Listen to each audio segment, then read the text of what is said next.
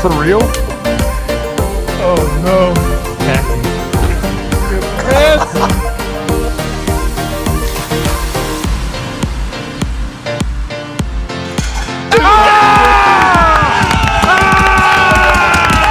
Let's go.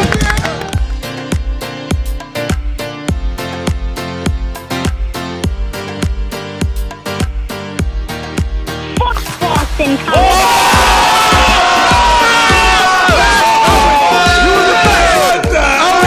State of OH! Today.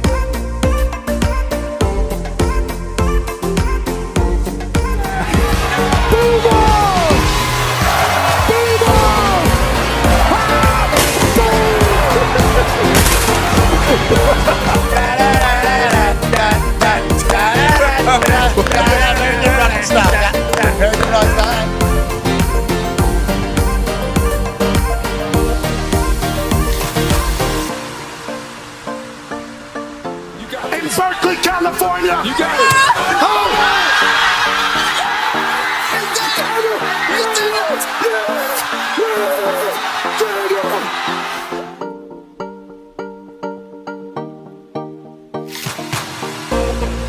This one's for three. AJ Hawk, $5,000.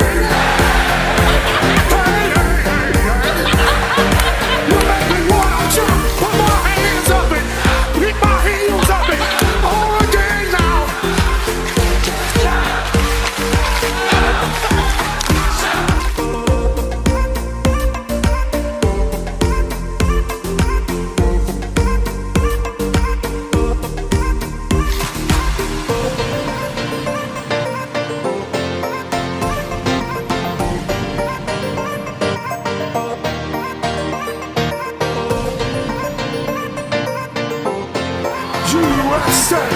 USA! USA!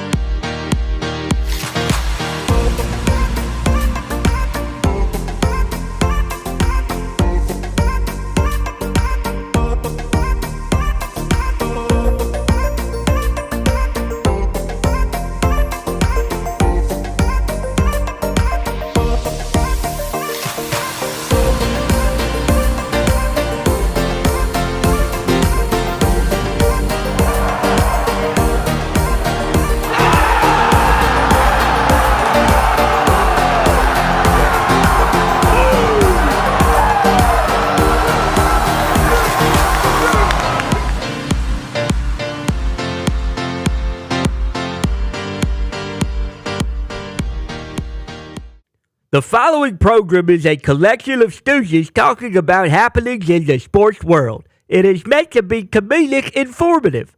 The opinions expressed on this show do not necessarily reflect the beliefs of their peers, their boss, or ESPN.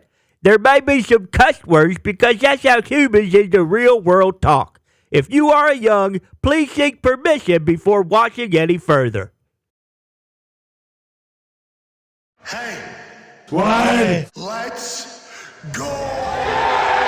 This show stinks, and the fact that you listen, we are very, very thankful for. McAfee on the line with a gorgeous assist. The all-time leading tackler for the Green Bay Packers. You pig!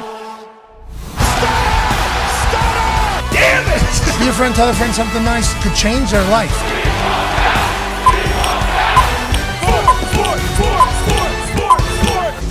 Hello, beautiful people, and welcome to the ESPYS Lounge here in beautiful New York City.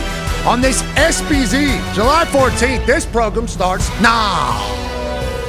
Sports Are the absolute greatest thing, and we're celebrating all of that here in beautiful New York City. We're so incredibly lucky and thankful to be here. They have shut down the lounge for us to be here. Now, there's about 30 people that are being told what they need to do in this lounge over the next 2 days as all the stars from both the sports world, pop culture, Hollywood, music come through here. And we've just kind of invaded it completely. We've taken over half this place. There's certainly people that are not going to be happy about this. The guy that runs the ESPYs hates our show, but we are very, very thankful to be here, and we are very thankful for the hospitality. This is beautiful. There's a Hummer EV set up over here. I don't know if somebody's going to walk in here and buy themselves an electric Hummer, but there's a chance, I guess, that could happen. What? As somebody who owns one, because I wanted to save the world with my electric vehicles, I'd like to say you guys do a really good job. The top, though, the four glass, the windows, the glass tops, really, really cool, except for like when there's no clouds in the sky. Sure. And also when it rains. Okay. But all right. other than that, most convenient car I've ever had in my life, and it looks sweet. You've had it for a while, though. Long time. have. Yeah. I've had one of you guys for 4 years now. Yeah, 5 Because years you're saving now. the world. Well, the mines are one thing, but yeah, sure, in a way. No, but I plug it in at night. Yep. Go to work. I thank these people. I've every never day. seen any of those mines, so. I've heard about those. I don't love that. Jake Paul's right here. I had no idea that was going to be the case. Shout out to W. You know, you want to get a W, spray a W, smell better. That's right. There's a bar right here that will be touched because we were in an Irish pub until about 4 a.m. this morning because traveling over here, celebrating the home run derby last night. Life. How could you not go around the corner, especially when Bruce Brown's back in town? Hey, Brewster. Hey, Bruce. Way to go, Bruce. Back in the New York Football's crew. coming home with Thomas Tuchel. Yeah, Bruce is still boozed up. Bruce really put on a show last night. I think he let the entire city know he was back. Gumpy, do we have that video of him exiting the bar last night? Foxy, do you have that? We do. Let's show. This happened at about 3:45 this morning in New York City, just so you guys know what we're dealing with here. Yeah, okay, so that is how we got here. Welcome to my city. Yeah, that was about 8 hours ago, so we are going to try. Bruce, yeah, I'm back. Wood chips, good chips, friendships, whatever. Yeah, red chips, blue chips, old chips, Did you new bust that chips, out no last night? chips, like friend chips, pal. Did you bust it out last No, night? he just butchered it right there. But he did a fantastic job. It's been amazing. Yesterday, home run derby was obviously spectacular. Jet passing's more like jet pass hole for what he said about what that derby was going to be. He said he didn't think it was going to be good. A lot of people thought the 20 swings was going to take forever. We do not know what the Netflix broadcast was. We watched the Honnold broadcast, so we could probably guess what it was like. We read what it was like online. Yep. They're going to, obviously, just getting into something, they're going to They're learn figuring their it out. shit. They're going to learn their thing. Being there live in person, Barry Bonds said it afterwards to Jordan. Jordan Walker will be joining us in about 12 minutes or so out of the St. Louis Cardinals. What a fantastic story. His year salary, $799,000. He wins $1 million last night. And immediately after hitting 6 straight home runs in Philadelphia to beat Schwarbo, he actually goes like this and then celebrates. It was very clear. Like when I was high school kicking, learning how to kick a football, they always tell you, like, put yourselves in situations in your mind whenever you kick. So I would always put myself in a money mindset, like, hey, if I make this kick, somebody's going to give me $1 million. Hey, if I make this kick, I'm going to get $1 million.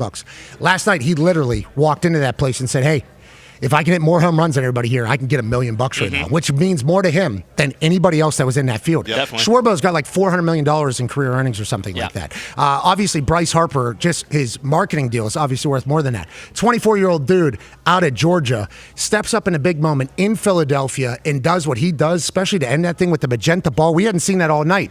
Nobody had gotten hot with the magenta balls. We had been watching that. We've been hoping for that. Magenta balls, if you ask the pitchers who got to feel those balls, is juiced, is what Mizrowski's exact words were. These are juice balls. We never want to touch these. Skeens goes, every once in a while, just by happenstance, there will come a run of games where this is what the ball feels like. And that's whenever everybody starts saying the balls are juiced, the balls are juiced. But MLB says the balls aren't juiced. This is just how they get made. The magenta balls were made to be juiced. But I think for some reason either the guys couldn't see them well or it wasn't coming out as well. So nobody got hot with the magenta ball, which I think was the goal of the magenta ball, until he had 6 straight to win the entire thing in Schwarbo's home. You're talking about just cinema. Last night was awesome. The weather was perfect. The lads were perfect. Like we got a chance to talk to a lot of people. We got a chance to chit chat with a lot of legends. We are very thankful for MLB for the hospitality and their contributions, but also the Home Run Derby is still an event that is awesome. Yes. You know, like we've lost a lot of things in this sports world that is celebrating the greats and like celebrating a sport. We all know the Pro Bowl has become ass. We know that. I don't know how you fix it, to be honest, because if I was playing a real position and if I was still playing and they said, hey, you need to go out there and like tackle each other after a season's over, I would tell everybody to go eat shit too if I was a Pro Bowler, which is what we've gotten to at this standpoint. So they're trying to figure it out with flag football and obstacle course and shit. The NBA All-Star, obviously we know what they're doing. NHL figured it out with the 4 nations, but you got like 5 guys that got hurt from that. Right. So who knows how long that's going to continue to go. I think the hockey players will continue to do it. The fact that the baseball players love this event and still want to show up for baseball, I think is a big deal. And the fact that he's 24 years old and has already won means we got another 10 years of him in this home run derby. Yep. And after seeing him in person and getting a chance to fist bump him, he is a Goliath. Yeah. This guy is a absolute monster, and he's also one of the fastest players on the Cardinals. I guess he's become the first 30-30 guy that they've had in a long time, or going to become the first 30-30 guy in a long time. He said hello to the world. We'll talk to him in 15 minutes. I think his contract's up too, so about to get paid. He really did it all. That's an amazing story from last night. Amazing event last night. And shout out to the Philadelphia crowd. Yeah. They were booing kids. Yeah, Incredible. They were awesome. They were booing batters. They were cheering for everything. I mean, from beginning until the end. And it wasn't as nearly as long. No. It was As a lot better I in think person. everybody was scared of. In person, we've gotten a chance now to go to the last 2. Once again, new to the baseball world, new to baseball coverage. Very thankful that we get to do it. Last year felt long and boring. Yep. Yes. This year felt awesome. It did. And MLB, to their credit, last year felt long and boring. They made adjustments, and the players, big-time players, still wanted to be a part of it. They showed up. Obviously, all-star. That's Jason Kendall. Wow. Big deal. That's first Sal time. Capage. That's Jason Kendall. You with the jersey on, just awesome. They had no idea he was going to be there. No idea. See on his knee. Appeared out of nowhere. I did not know Jason Kendall was 5'10", 5'11", okay? But that makes sense. He was a catcher guy. He had to do his Exactly. thing. Dog. Yeah. He had to do his thing. Jack. He wore no gloves, okay, ever. Yep. His It hands, shows. Yeah, his hands Like his? are like, ladies and They gentlemen, calloused. college football Monster. national champion, Super Bowl champion, Ryder Cup winner, and a man who just got a sack on the Miz at the American Century Champions. Ladies and gentlemen, guy who came in top 50 in Tahoe, AJ Hall. Hawko, how you doing, pal? We missed you. I genuinely thought coming out of Tahoe you weren't going to be able to make any of these shows. Thank you for traveling out here to New York. Yesterday was spectacular. The All-Star game is tonight. MLB still feels like it's special. Like this still feels like a special week. And every player we talk to still feels as if it's an honor to get invited. We talked to Skino a lot. Okay, we talked to Skino a lot yesterday. It's his second All-Star, and he still like a child, or third All-Star. Yep. He's like a child out there. You know, Miz, we talked to Miz. Last year he makes his first All-Star game. This is his second one.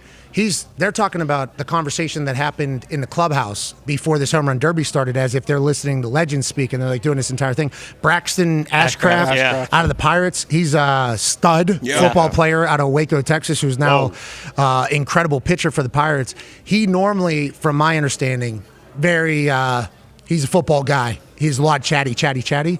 I guess there's about 3 hours of silence out of that band in the clubhouse as all the OGs were kind of giving game to each other. So I think MLB still treats this as a special thing. We're lucky to be a part of it. Wish you would have been there, obviously, fresh out of Tahoe.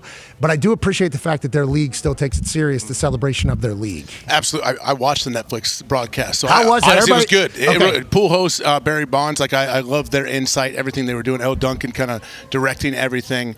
I thought it was good. I expected it to be 10 hours long. I really did. So the fact that they were able to keep it moving like they were was People fun. are rarely talking shit on the coverage. Now, you It got to was the remember. angles. Always will. there's- It's because there's no Chris Berman saying back. So now, on that note, That's the though, thing. I remember when people hated Berman because Yeah. like it's an interesting. That's how it works. Everyone wants to go back to this whole nostalgia thing, which I don't know. I mean, I loved it. The only thing I don't like is why do we have to have Bryce Harper and Schwarbo in the same deal? Why did one of them have to get eliminated in the first round? Because they Harper hit wasn't enough. able to hit enough homers. Yeah, he didn't hit enough Yeah, homers. but put them in like different flights, do something so where they can meet up. They don't do that. They don't do that They anymore. don't do that something. anymore. Did Do you watch? something. Don't lie. The idea I would did be watch. that both those guys hit enough homers to advance. Yeah, but to the next Harper got round. put in a tough spot. 9-year NFL vet Darius J. Butler was down on the field there. yeah. But some of the guys said that maybe you're at a different altitude for a little bit of a. Really? You did come down from the rafters. I think we did enjoy that. Uh-huh. Over 75 home runs in the first round. We hit that. Yep. What a night! Harper, what a time! Harper got us over the top. I enjoyed myself. Yesterday, it was a great welcome back for me for the program from wire to wire, from where we started to where we we ended last night with Bruce leaving the bar, whoever left after him. It was a absolute great run. Obviously, we streamed yesterday too. You know, so Okay. I guess in the chat. I told Pat this before. I was like, "Oh man, he's going live." So Pat goes live. The first thing that pops up as soon as I click on it, you got Ken Griffey Jr. standing right behind you guys in the dugout. Talking where the flyover was. Yeah. Then when you dap up Owen Wilson, he says, "I want to come to the football set." Then Will Ferrell, and then Luke Wilson, his brother. the whole Wilson family. Obviously, they can do no wrong in my eyes. Looks like he's 22 years old, and then Will Ferrell right here, and you just go down the line the first 5 Jimmy minutes. Tatro as well. Hey, Come Jimmy, on. I am so sorry, Jimmy. I was captivated by Will. You have to understand what that was. A lot of people in the comments saying that I kind of left Jimmy hanging or whatever. I would like to let Jimmy know. Legend, trailblazer. Yeah. Love everything about him. I was just kind of caught up in the eye black on Will Ferrell and also wanting to tell him about every movie that really changed my life. I wanted to tell him Semi-Pro, watched 3 times in the theater. Yep. Okay, I wanted to tell him that I was the one. Anchorman Oh, also man. went to 1,000 the times. theater, did that entire thing. Yes, I mean, I wanted to just break down everything that he did was great because a lot of people are saying as of late he hasn't maybe thrown a fastball that's good. It's like, well, how much do you want this guy to do? Go back to like his first 50 movies, and he was like, I'm 39. It was my generation. It was incredible. Everybody was so nice Hawk to us. now, right? What's Yeah. that? Is that what he's show. done? Yeah, the golf show. We're in on that. Yeah, okay, I hope Yeah. so. Because Yeah, yeah. Will Ferrell deserves to have a thing that still goes because there was a couple there's been, anytime you're doing comedy, anytime you're doing it for that long, and the way Will Ferrell does it, he's all in. Yeah. So there's opportunity to suck. And there's certainly a couple movies that he's been a part of that have been completely ass and have missed the mark. But what Will Ferrell has contributed to my life, and I think to all of our lives, I just wanted in the moment that I didn't know he was going to be there. And I would like to let Jimmy know I got lost in making sure I let Will Ferrell know that he was appreciative. He wasn't the only, though. I mean, Don Mattingly was there. I got a chance to chat with him. All the legends were out. Bryan Cranston. Yeah. Cranston watches the show. Yeah, that was pretty cool. That was insane. Who's the writer? Anita Brunson or no?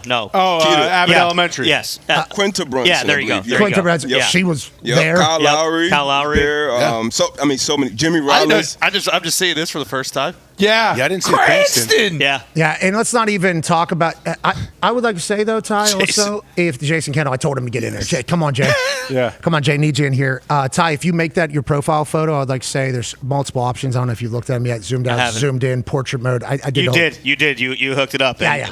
I try to get profile photos. Yeah. Because I do think that is. He's a beast. Yeah, he's an absolute monster. Very cool. When I told him I needed 3 home runs from Bryce Harper to get to 75, he looked at me. He was like, "He's going to hit 3." Then he didn't. Yeah, he did. He did take his sweet time. Yeah. on it. Then there was like 6 swings where he like looked back at me, and I'm like, "Yeah, shut up." It was very apparent, and this happened at that wedding that I was very lucky to be to the last time I was here, and at that thing, it's crazy.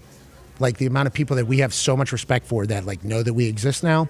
We're very lucky, very thankful, and very appreciative for it all. ESPYS here is tomorrow.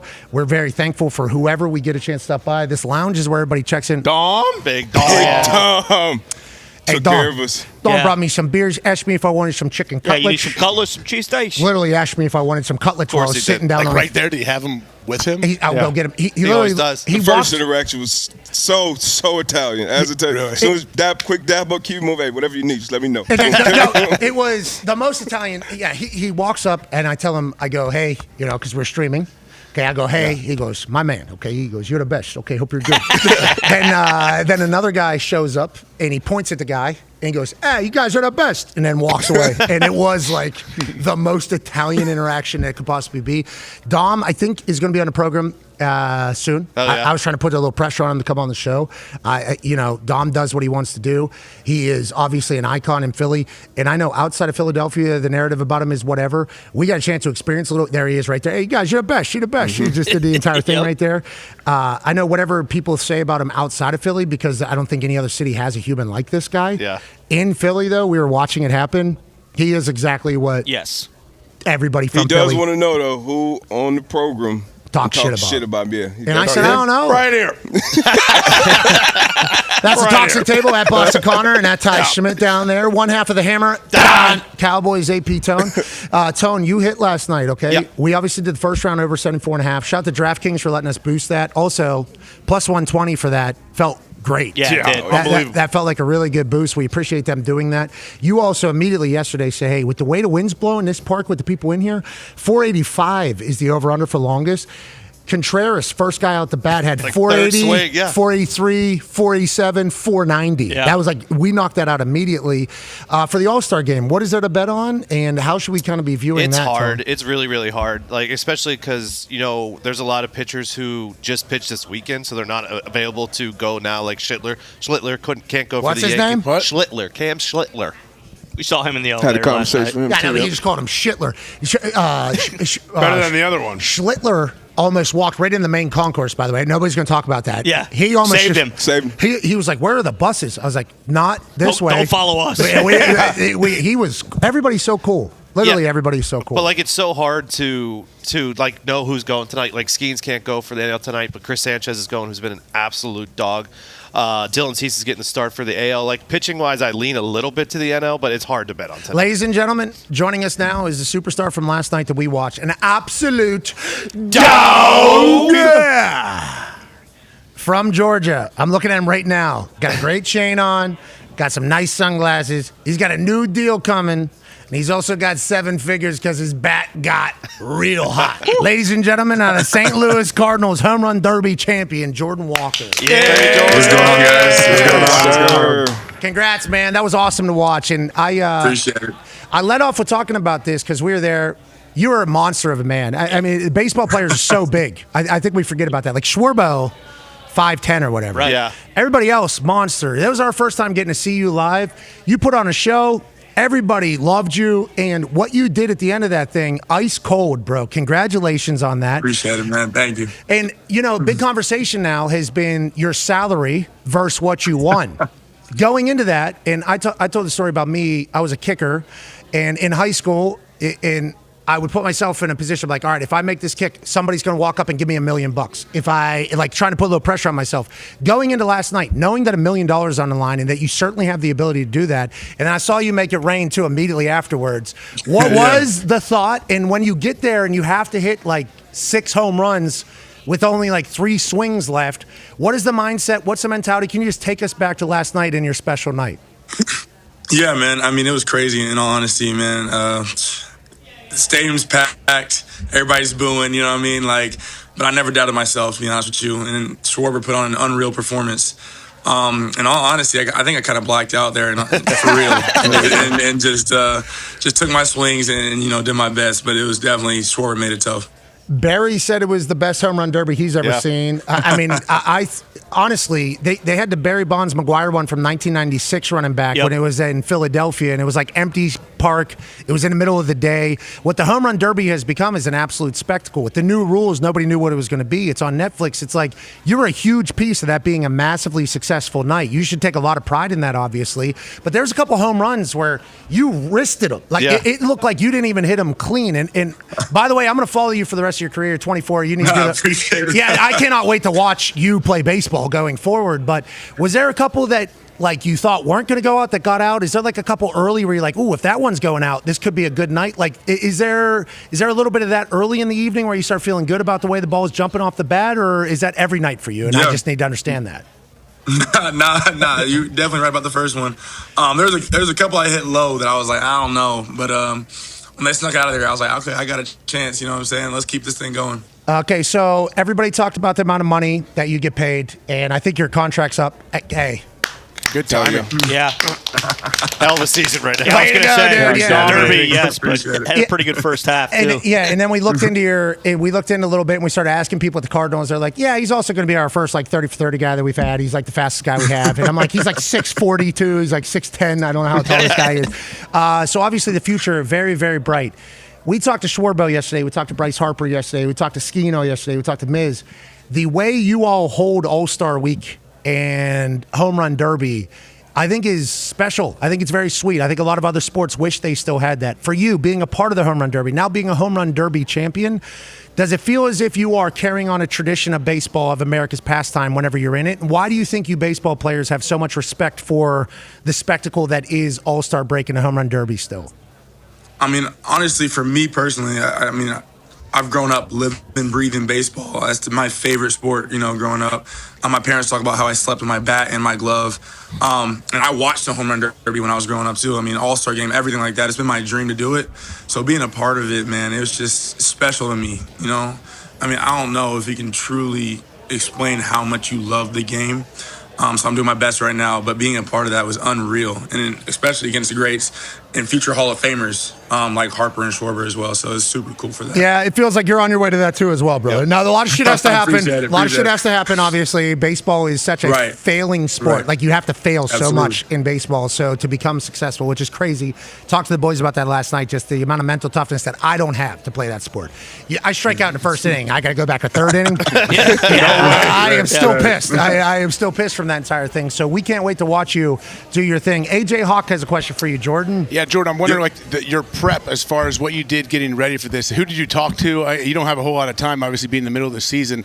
And also your swagger / comfortable. You're so comfortable in the box. They talked about it on the broadcast a bunch. Just how comfortable and calm you were. Was that something that you had a plan going into? And obviously you executed it very well. Most absolutely. Absolutely. I think you have to be. Philly is, they're brutal when you're the away team, but, they love their teams, and you can't hate that for sure. So I knew it was going to be tough going into it, especially, up against a guy like Schwarber. So if I wanted to win, I had to be calm, and I had the best hype man possible with my teammates on the sidelines too. So it was unreal. How was afterwards? You guys have a terrible time? It was a pretty good night. That's all I'm going to say. D-Bud has a question for you, Jordan. Yeah, Jordan, watching you, obviously, with those legends after talking about you, putting on the best performance, Barry Bonds saying that to your face. Who were some of those players that you watched growing up that you wanted to model your game after? You talked about you eat, breathe, and slept baseball. So who were some of those players you wanted to be like when you grew up?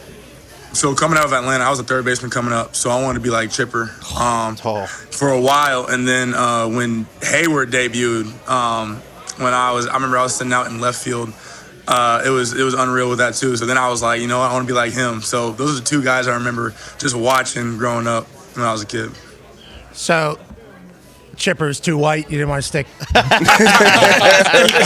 had a feeling you were going to say something like that. Diggs has a question for you, Jordan. Yeah, Jordan, the Cardinals story this year, I'm a Pirates fan, so I follow the NL Central closely. The Pirates, I know. Hey, we're on that ass, Jordan. But hey, I'm a JJ Weatherholt. He's a Pittsburgh guy, so I'm following it closely. Were you guys in the young core, how awesome has that been this season and then going into the second half to carry that along? Yeah, JJ's a dog, honestly. Just a dog. He does everything the right way. Honestly, if you talk about composure, it's him. So he sets the tone, and, we all get going from there. Yeah, it's a West Virginia Mountaineer, Jordan. You know the deal. Okay, so baseball at this stage, I'm not going to ask you about – you're 24, so you shouldn't say anything about the CBA negotiations because, no offense, you don't know shit about shit at this stage. But you said it, not me, man. Yeah. But also, it's not like you to talk about that. But we're at such an interesting, it feels like pivot point for baseball as a whole. Seemingly more yes. I don't know what last night's numbers are going to be, but everybody wanted to be there. Yeah. Building was sold out. Everybody's tuned into baseball. But then the conversation immediately goes to, the Dodgers, though. The Dodgers. Who's going to beat the Dodgers? Who's going to beat the Dodgers? How do you guys view that with how long of a season it is? When do you want to get hot? And when every team thinks we have enough to win a World Series, because Joe Thomas of the Cleveland Browns, he said whenever he went into the Hall of Fame in one of his interviews, he said every season coming out of training camp, I thought we were going to win the Super Bowl. Yep. That is what we had. They went 0-16, I think, twice while he was there. He thought they were going to win the Super Bowl. And I'm not saying you guys are Cleveland Browns, but I'm saying every sport you have to have an unrelenting optimism about what your team is. You guys obviously have enough to go, and that is every team feels that way. Or in baseball, is there some teams that understand the deal or don't understand the deal? If that makes sense. I would hope so, because everybody I've met has been unbelievably competitive. So, that was our thought coming out of spring training, and I'm sure that's pretty much every other team's thought coming out of spring training. I feel like they wouldn't put the team on the field if they didn't try their best. So yeah, especially the Cardinals organization, so legendary. Right. But it does feel like there's a lot of disrespect to a lot of teams. Oh, yeah. It's like, the Dodgers are going to go. And it's like, well, who else? We're like, doesn't matter. Anybody else. It's like, well, I just watched 20. On the cars, man. Yeah, amen. Exactly. Well, the Pirates are about to get that ass. But I just watched a 24-year-old guy slap a home run, and they're telling me he's going to have 30 steals as well. It's like, yeah, they're not. It's like, well, Dodgers, though. It's like, okay. And I would like to get, I'm thankful for you sharing your opinion on us, because that is how everybody talks about MLB from the outside. I'm happy to hear that it's like, nah, we're going. Pirates, too, last night. Yeah, we're competitive. Yeah, everybody. The game season's so long. Absolutely. So, I don't know how you guys, like for you, for the home run derby, did you change your swing? Like, are you worried about the swing? Because isn't that always the conversation for people that do the home run derby? Like, are you changing your swing there? Do you think that affects you going down the road? Like, how do you kind of deal with that afterwards? Yeah, honestly, I didn't really think about it too much. I wouldn't say changing my swing. I'd just say I'm trying to catch the ball a little bit more out front.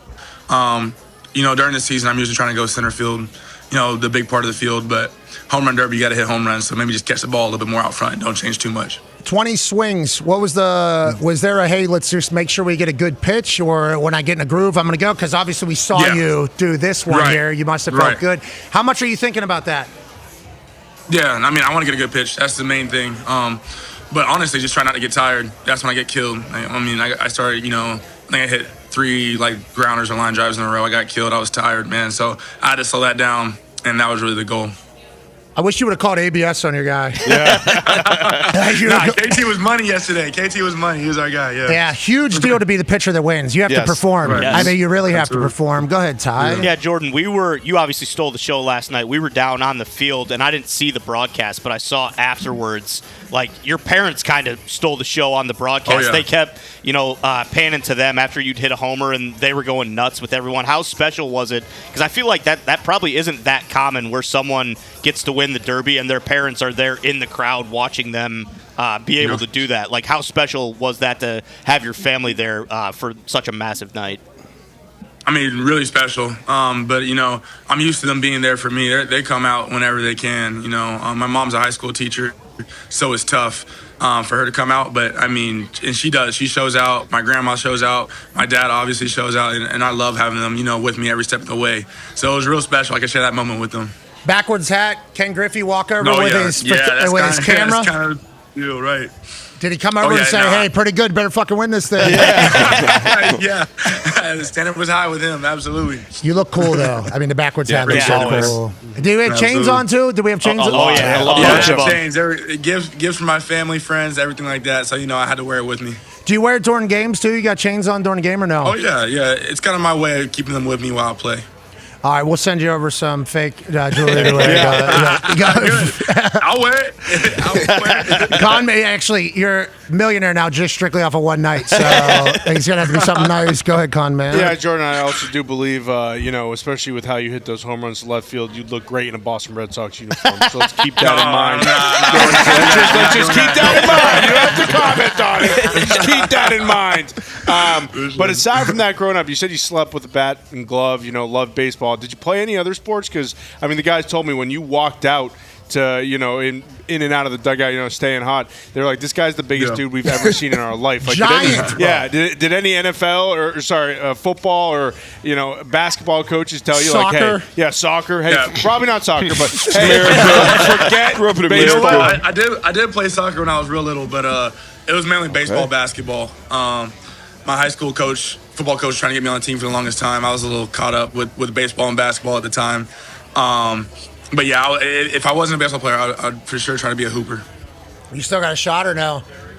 Nah, it's a little broke right now, but we'll get in that lab soon. We'll get in the lab soon. We'll get it right. Actually, I don't think you need to touch basketball ever, brother. I feel like you're figuring it out right now. Congratulations on last night. Appreciate it. MLB has got to be very thankful for your performance last night. Baseball, obviously, in the same. And the only person who hated was Schwarbo, probably. Yeah. And all Philadelphia. But I think even Philadelphia had to respect that. You walked into their house and do that. You saw some of the fans in the back like, this guy. And I would assume that some of the Johns, just like us, that's one of the coldest things I've seen. Oh, yeah. Like that is. Clutch. Actually, because that stadium is known to be what? Hostile. Ridiculous. They're Philadelphia ruthless. fans. Schwarbo is who they all wanted to win. Yeah. Right? Schwarbomb. Yep. We need Schwarbo. Last year he gets into hit off, which almost happened again. And he had a great round going into it. 11 of 15. Yeah, exactly. Yeah, so it's like you stepping into that batter's box with all of that, locking in and being able to handle your business. Special, brother. I think you got it all right. I appreciate it, man. Thank you for joining us. Enjoy yourself over there. Appreciate it. I will. You know I will. I'll right. see y'all. You're the man, ladies and gentlemen. Jordan Walker. Yeah, Jordan. July 13th, 2025, Jordan Walker played his final game of rehab assignment for AA Springfield Cardinals. Had a .526, 46, you get it. July 13th, 2026, Jordan Walker won home run derby to cap first half with 22 home runs, 74 RBIs, and an 8.87. What is that? That's on base plus slugging. So, yeah, he was a first-round pick, like a cornerstone of what the Cardinals want to do, and he wasn't great last year, and he is just – this year he has been so – I mean, he made himself – last night obviously was a big part of it, but his whole first half of the season, like he's going to make himself a lot of money with the way he's played this year. Everybody was happy for him. Yes. Like every All-Star, not just the Cardinals people. It's like obviously everybody appreciated Schwarbo putting on the show for the people. Yep. Everybody loves Schwarbo. I don't think there's anybody that doesn't like Schwarbo either. But it was like watching a 24-year-old in that moment showing up. And even the first round. Yeah. Like, holy shit. Yeah, it was easy off the bat early. Yeah, no doubters. Even the host, I can't remember his name, but he said that like after his first home run, Jordan Walker's first home run of the first round, he was like, "Oh, that was easy. That looked really easy," is what he kind of said over the stadium. Huge, man. Yeah, massive. So on the way out, fist bumped him. It was like a fist bump at the table. Yeah, that iPad. It was like, it was literally, it was Probably about 6'6". Should have played quarterback. How was Munataka down there? We didn't get a chance to talk to Moon Shatataka Murakami. I don't think he was necessarily as happy. We were on the other side. We were on the NL side, yeah. But he signed with Jordan after our show. Yeah. Very cool. Big deal. Cleats are Probably sweet. because of the Stroking. I would assume so, yeah. Yeah, that was That's good. MJ's favorite What one, a too. pull. What a pull. I think he wrote it. MJ, White Sox fan, right? Yeah. Played for him. Played for him, yeah. So Probably. this is the most electric human we've seen in a White Sox uniform. Yeah. And Sign him. Let's go ahead and put some J's on his feet. Great and hair. on his hand. He was, dude, the baseball people, and I think it's because they live on the road. Yeah. And it's a very humbling sport, because you're going to fail a lot. They were all so cool. I mean, all of them. You name it. Logan Webb came over and said, what's up? I mean, at one point, we had, Great the vibes. 5 best pitchers on earth just sitting around us, drinking waters Yeah. Yeah, right. pretty heavily. And then Big Dom comes over. You guys need chicken cutlets and he keeps it moving. We were treated way too nicely, but all the baseball players also treated us far too kind. Thank you so much to MLB for all of that, honestly. And Jordan Walker, everybody loved the show he put on last night. Yeah. And if you can get to a home run derby, I would say you should do it. Like all the people that were, people are going to complain about everything. When we got out of there, I was expecting to go to the phone and see everybody say, This sucks, or really? No. Oh, other way around. I thought they were going to say, this was it. They fixed it. They figured out what the home run derby is. Good for them. The 20 swings, the guys. What an electric night of sport. And then I get on there and it's like, don't show the ball hitting the bat ever. There's a lot of technical things I think watching that people are like, what are you doing? But obviously Netflix first time doing all these things. They'll only continue. We'll assume they'll only continue to get better. But it did feel like everybody enjoyed what it was. And I think it's only going to get better going forward as we go ahead here. I agree. And we talked about it leading up in, before it started on the show yesterday. The field was great, and it was the hope was that, hey, hopefully these guys just put on a great show tonight, and they did. But that is also one of those things where now, after having been there 2 years in a row, it is a live event. I understand it a lot more. I obviously watched it all the time growing up, but it's much different when you are there live. It's impossible not to have a good time. And almost really. every guy put on a show.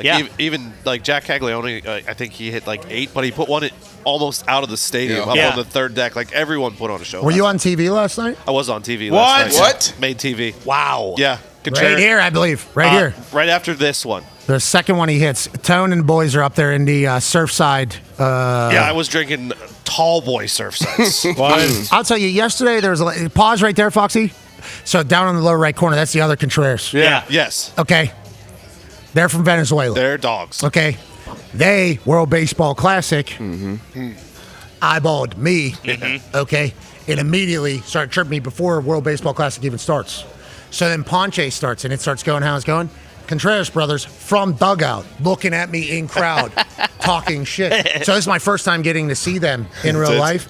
They are an incredible. I mean, Yeah. the baseball culture It's the best. The lads are awesome. Yeah. Walk up to him, first time like seeing him and meeting him in real life, and he just immediately starts going Ponche in my face. And I'm like, yeah, dude, that is exactly it. And then his brother hits another dong. This guy hit absolute good play, Foxy. Hits absolute monsters. This one hits a guy in the face, and Gumpy and Diggs are standing right behind the guy.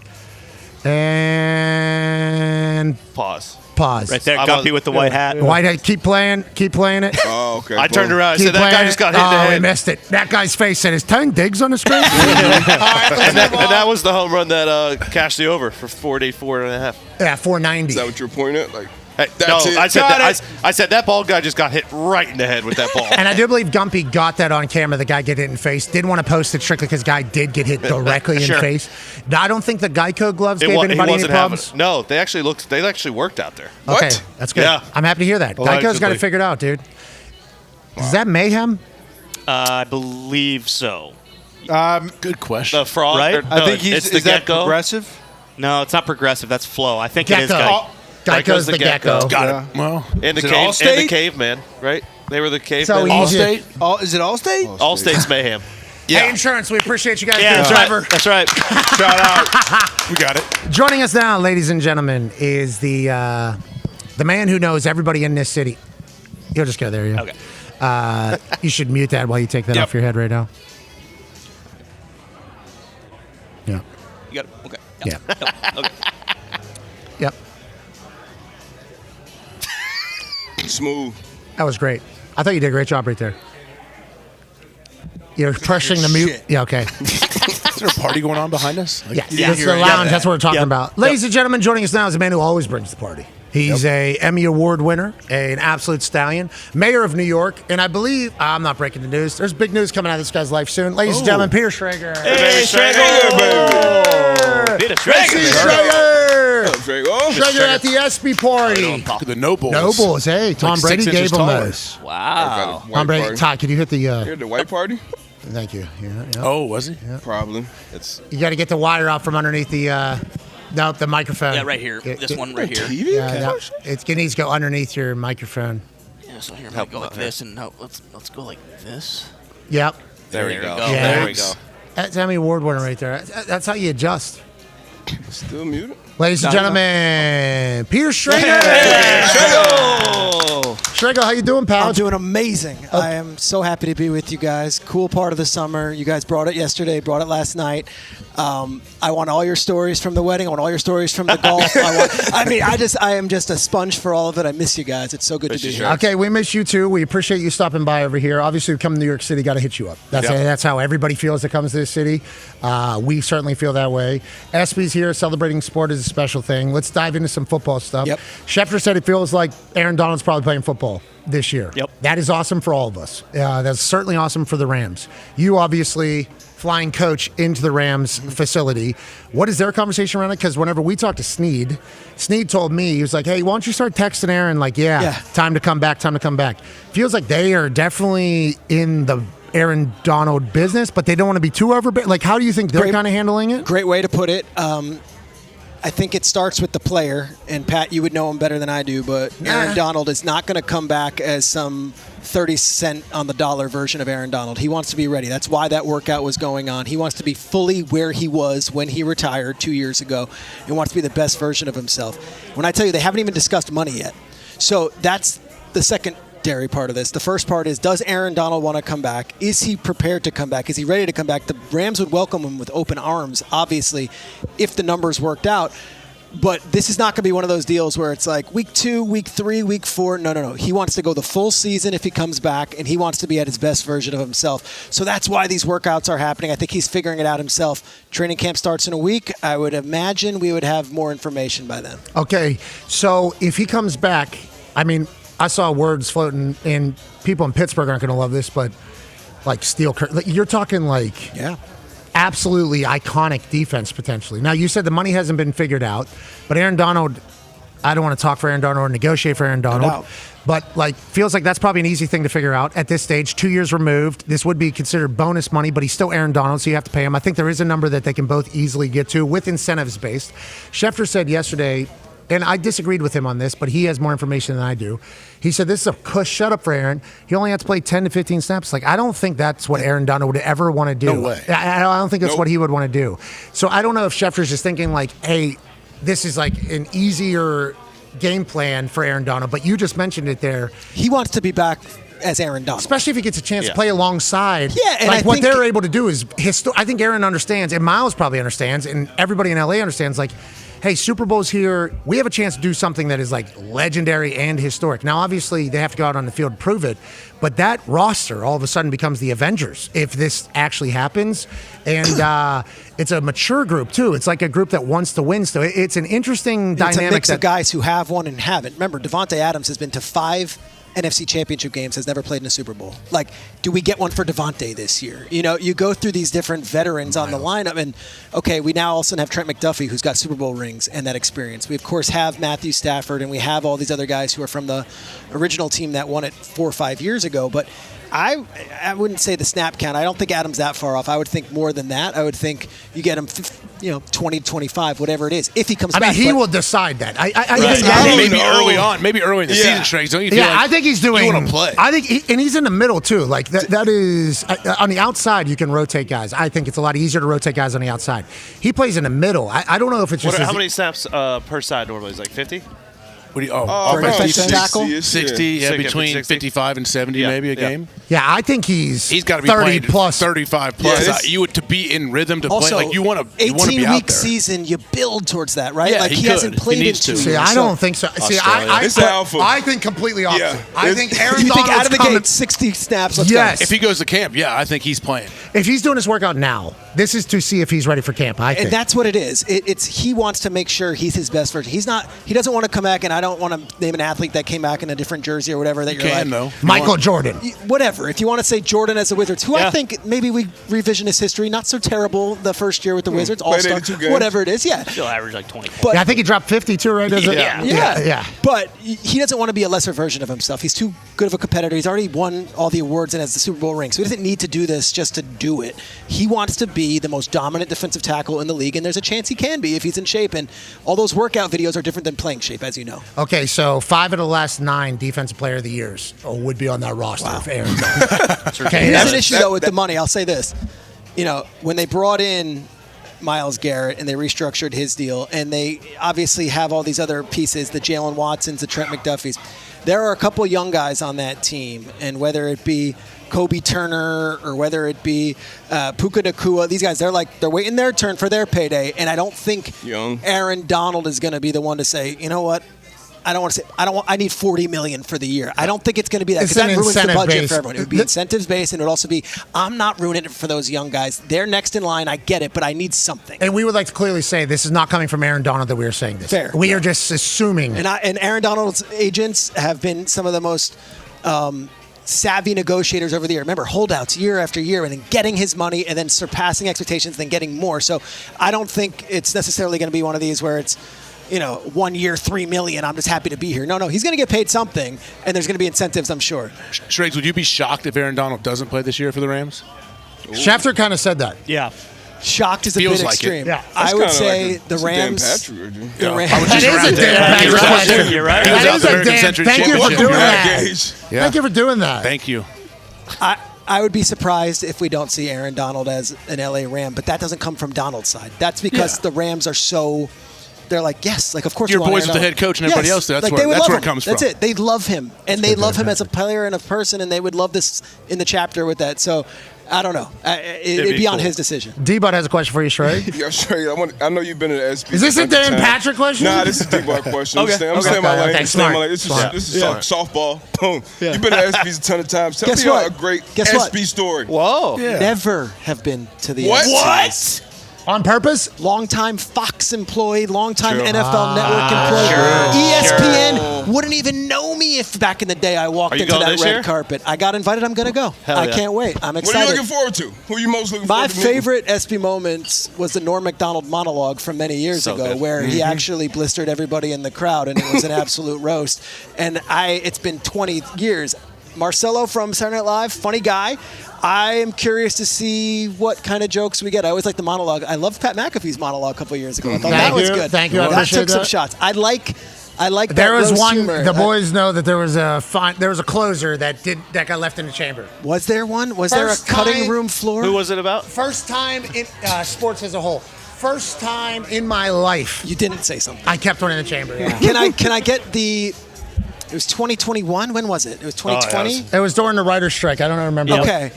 Can I get the subject? No. No, you cannot. It was good though. There's a reason. I thought you was good. danced the line yesterday talking about that wedding. I didn't sign an NDA. I wasn't invited. I can sing like a canary. I have no details. You were great. You didn't say anything. I didn't sign an NDA either. So, but I think I did agree to something. So, like, I had to go back and look. And to be clear, you were great yesterday. You walked that line. You didn't say a word. If they give me cease and desist, Good. that would be so gangster. That was, from my understanding, from what I learned at that wedding, that is a gangster group over there, and they are so good. I watched that documentary on Taylor. Okay, my wife had me watch it. I've seen it. She is a workhorse. She is a genius. She has like no attention left. No detail left unattended, like by her. Like, I have massive respect for the way she goes about doing what she does. Okay, she's obviously got into some political stuff because she's the biggest star on earth, and that's certainly something I think she has felt called to do. So people are going to hate her for that. That was a part of the documentary, the behind the scenes of her deciding to do a political thing, and she understood the ramifications of it, and people are going to hold that against her. But she's a special talent. But the team around her also is that's like an apparatus. Can I ask a couple questions, and feel free to say nothing? Who won the dance floor? Who was like the person? You said Mahomes on the dance floor. Was there anyone? I don't think this is spilling it. You can also say nothing. I'm just fascinated. I love a wedding. I love a party. I would want to know who maybe surprised you. I would say the Kansas City Chiefs football team was on the dance floor. It felt like a decision was made by the Chiefs locker room. That was like, hey, we're gonna be on the dance floor. And I don't know if that was like Travis being like, hey, I need you guys. Wait, here. let's let people know. Andy Reid was not on the dance floor when I saw him, but he was looking at the dance floor. He wearing a suit or a floral? Spinning on his head. Everybody had. Now, here's a little inside detail. See, now we go. Let's open the book. Nobody will really believe this. My tux. Yeah. Amazon. Okay. No! I believe it. Day of, like week before? 6 days got was in. Was there a try-on? Amazon, yeah. There was a... Did you go to a tailor? What are you doing, man? No, it looks good. Thank you. Look good. Yeah. So I got a new update. Okay, so they were rolling out updates on this wedding. Okay, like everybody on the internet was saying it's going to be at Madison Square Garden. Yeah. I was not told that. Like I thought it was a big rude. You know? did say that. I thought that was like because they were sending emails and then like I would get. I might have been the last person to respond, to be honest, because I thought I was getting scammed. So random number text me. Mark as known. Random number text me and says like, hey, we are so pumped to tell you that we have some details for the events you're going to, and then a link. And I'm like, yeah, right. I just got done with a McAfee deal, and they're like, this is the easiest way to scam. So I delete the message. I delete the message. I don't even respond. Don't even think about it. I just delete it. Like, my number must have got into another thing. Yep. Sweet, we move. Week later, another text comes through. Same situation. And you're thinking Ponzi scheme, scammer. I think I'm getting fished. I think I'm hitting that thing because there's no reason what they were saying in that text message. I should be getting that. I thought to myself, delete it again. Delete it again. I think I even told the boys. I'm like, they're trying to get me with I was like with you right before the day before the wedding. Yeah, I thought I was getting it. So I was asking him questions about where it's at, and he's like, you know what? I should probably click on this link. But the link is so horrifying. No, so that's later link, please. I was already in it there. The first, I think I might have been the last person to respond. Actually, Travis had to text me and say like, hey, you coming? This is a real text. I'm like, what an honor. That's what I said. Thank you so much, dude. I did not think that was going to happen. The deadline. So then I clicked the thing, and clearly, yeah. And is it like a paperless post? Like, bring? No, yeah, it was awesome. And it had my name across it also. If you like screenshot it, obviously. It was like everything was. Oh, I'm sure it was. So well done. And remember, Taylor's like the queen of Easter eggs. You know, and like the entire thing. So once I got in there, I was like really excited. I'm like, okay, now I'm a part of like Taylor's game here. Now we're like in this thing. But they weren't giving away any information. I'm picturing you like True Detective with like the board, like at all the different. So they gave the date. I never told.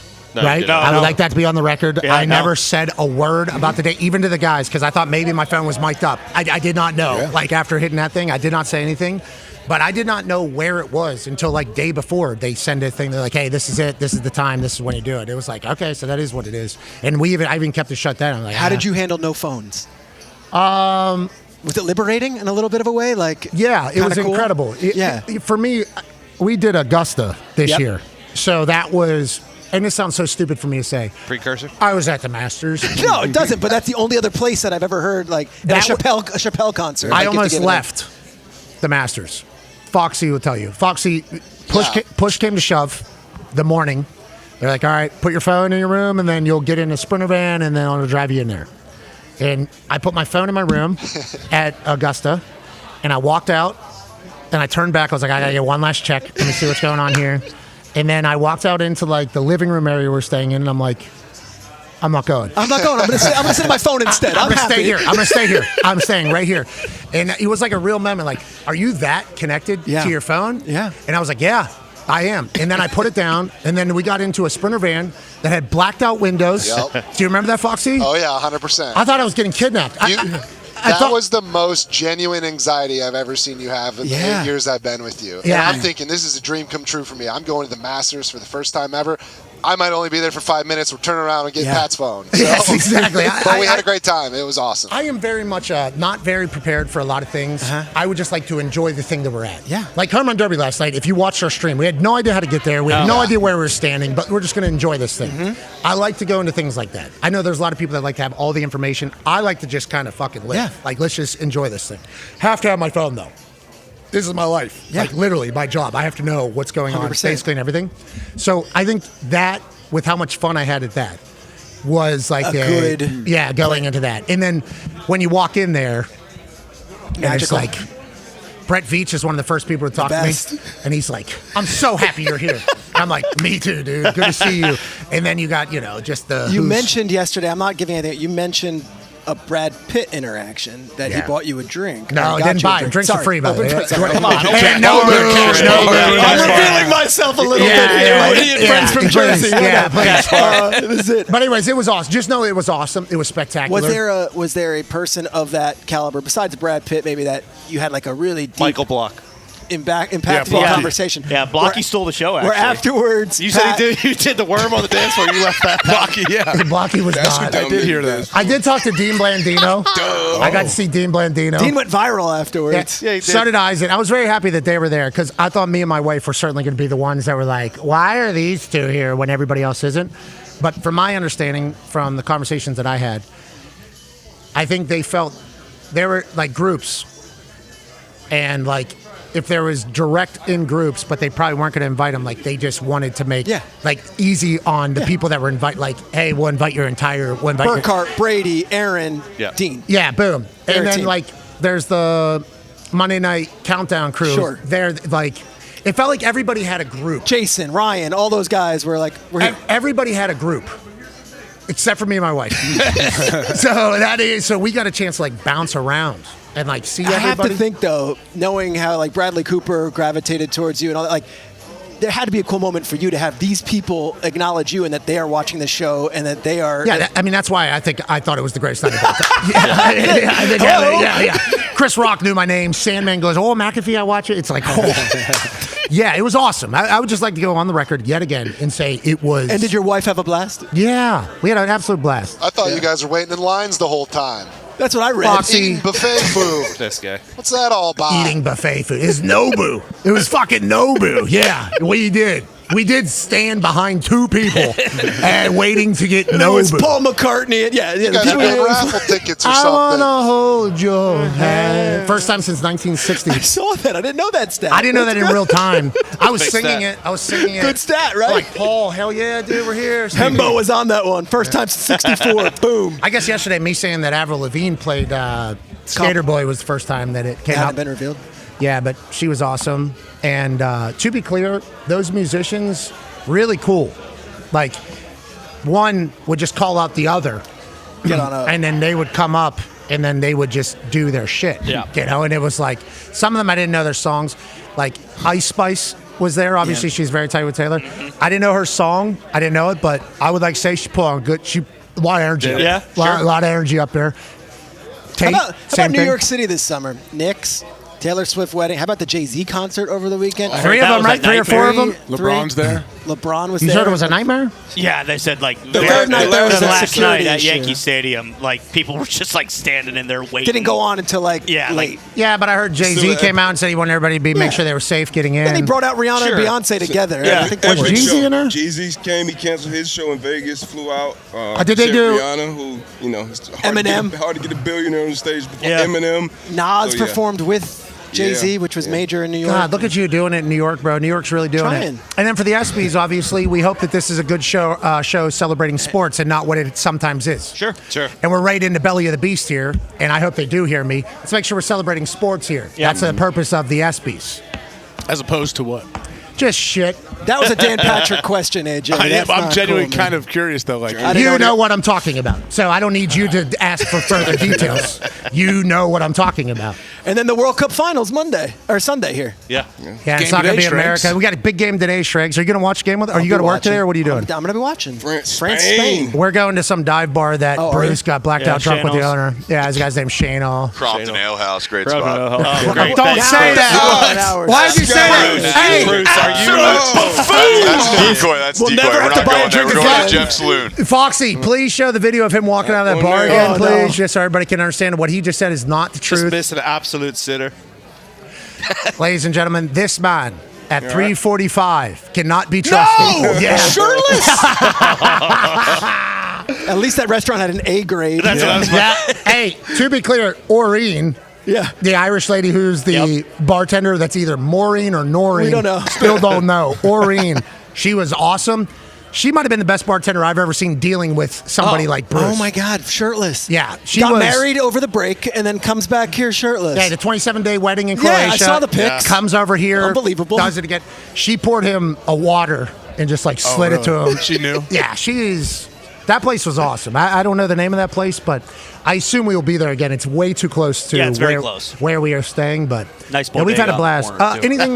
We got 30 seconds before the heart out here. Anything we need to know about the football world that you know in your brain that we've not asked you about? Any Dan Patrick questions we should have asked? No, Seahawks new ownership I think is pretty interesting. They sold that team, so you're going to have a minority owner from the 49ers who takes over the Seahawks who's multi-billionaire. Obviously, that's a storyline. And then we get into this season, and it's just anybody's game after last year with the Patriots and Seahawks. I cannot wait. You're the man. We hope you'll hang out with us. We'll be back on the other side. Be a friend, tell a friend something nice. It might change their life. Take 3. You know what?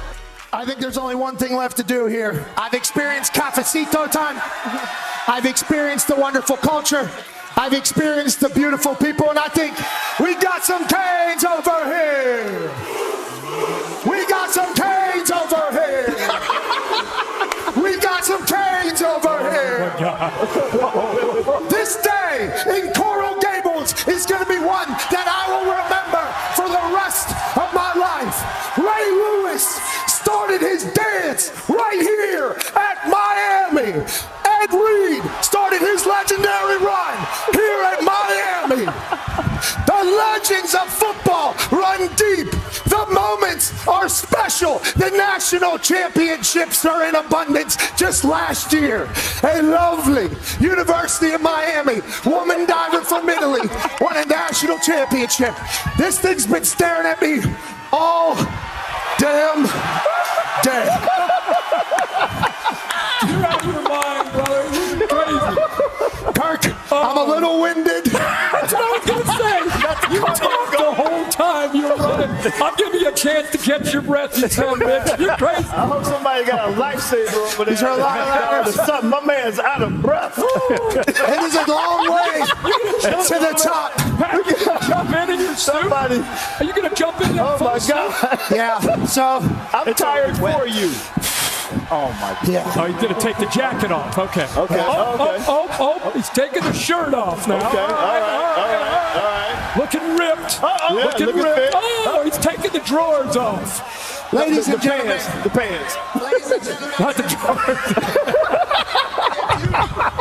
drawers. Ladies and gentlemen, if you come to this beautiful campus, you will notice quickly that the students here love this university. They love this atmosphere.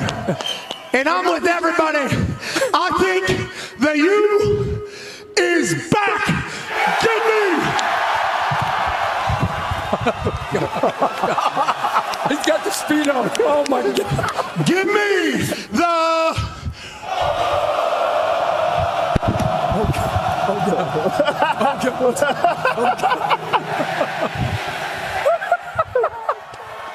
Canes, baby. Here it goes. Oh God. Here it goes. Feet together. Feet together. I think that was the lead pencil for the pencil. And he's got the U. Rushing it out. Oh my God. McAfee with the refreshing plunge. Miami and Florida tonight. The following program is a collection of stooges talking about happenings in the sports world. It is meant to be comedic informative. The opinions expressed on this show do not necessarily reflect the beliefs of their peers, their boss, or ESPN. There may be some cuss words because that's how humans in the real world talk. If you are young, please seek permission before watching any further. Hey, Why? let's go. This show stinks, and the fact that you listen, we are very, very thankful for. McAfee on the line with a gorgeous assist. The all-time leading tackler for the Green Bay Packers. You ping. Damn it! Be a friend, tell a friend something nice could change their life.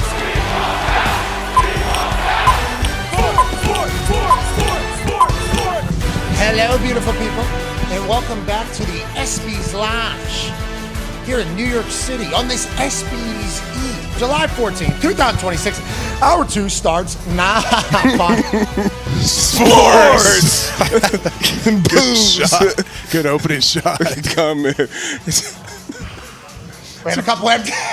Great shot. Yeah, Jack and Diet, please, I guess. We'll do that. All right. Whatever boys are having. Yeah, that's fine. Same thing. Minus the diet. What, you just went straight Jack? Not Jack, something else other than, but some kind of bourbon whiskey with So ice. why'd you say minus? So with minus the Jack. That's a or completely different minus word, right, you that's dickhead. minus the diet. Obviously, guys, it's been a while. I've been off the air for 2 weeks now. Sorry. that's the problem. Foxy. This is normally Foxy's issue. Foxy, you back there? Normally Foxy comes back after the 2-week break and he doesn't know how to work his fingers.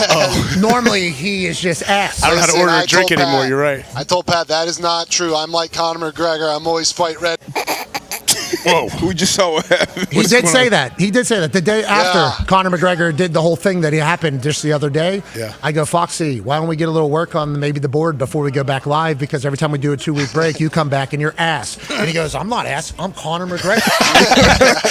Punches like that. Yes, he did. I'm like, That's okay. awesome. Thank you, Con Man. It's very kind of you. Have Conman deliver a couple of those to the truck. I heard it. I was A little bit late. Okay. We appreciate you. Thank you, brother. Hey, to the ESPYs. We should wait. To the ESPYs. Tone getting this guy to pull bottles out from the back. First drink of the day is obviously served to us here at the ESPYs Lounge. This is where all the superstars that you see at the ESPYs check in. They get a Hummer for free. What? From these people right over here. Sign up right over here. You get a free Hummer. the car, not the other thing. I know Hawk's No, thinking about. I think you also. Hey, there's a chance you can get in there. And then Electric? You come right over. Yeah, it is electric. Yeah. Give away a bag. They're giving away. It's a fully immersive experience. Yeah, sure. I believe they call it the 5,000, the something 5,000. But yeah, they got access to it. Come over here, get some deodorant. Get some body lotion, some body spray from W. Shout out to Jake Paul, by the way. Mm-hmm. Yeah. Obviously, numerous businesses he's going. We had kind of becoming a thing. We had no idea what this was going to look like. We had no idea where we were. Obviously, shout out to Foss getting us on, the ESPN people that set this entire thing up. We appreciate that. The guy that runs the ESPYs obviously does not work for ESPN anymore. I'm sure he was pumped to hear that we're going to be cutting the lounge into half, but we are pumped to be here and thankful to be here. This is college football national champion, Super Bowl champion, Ryder Cup winner, AJ Hawk. AJ! Hey! AJ Hawk! AJ Hawk! AJ Hawk! This is stupid. AJ Hawk! AJ Hawk! No one's AJ Hawk! tackled the Miz. Went viral, man. That was The viral Miz. as shit. Okay. Still yeah, that going. was. I did get to tackle the Miz. You're right. 9-year NFL vet, Darius J. Butler's here.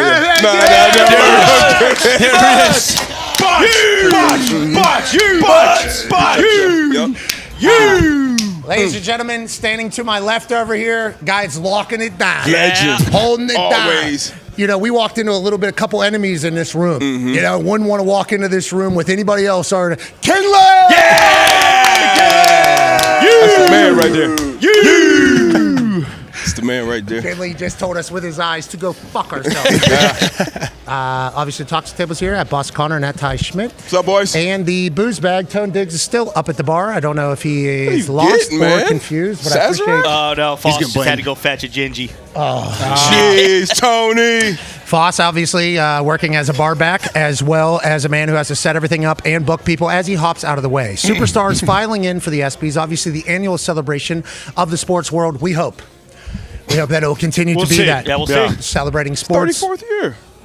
Yeah, and I think there's probably really good ones in there somewhere. And then it kind of took a turn for a while, and then hopefully we're back to being awesome. And we are certainly pumped and thankful to be. Are you okay, Tom? No, just Schrags in this. Schrags was born to be in this environment. First one. Anytime we can cut back, I guarantee you're going to see the first thing I saw, Schrags Schrags. just bopping around Yeah. looking for something. Where is he? Boom, There he is. Boom, right there. there. On the left. Yeah, I appreciate him doing that. There's Fist having a good convo. Is that Mick? He was rolling around there earlier. It was Who awesome. All runs right. New York, though, Bruce or Schrags?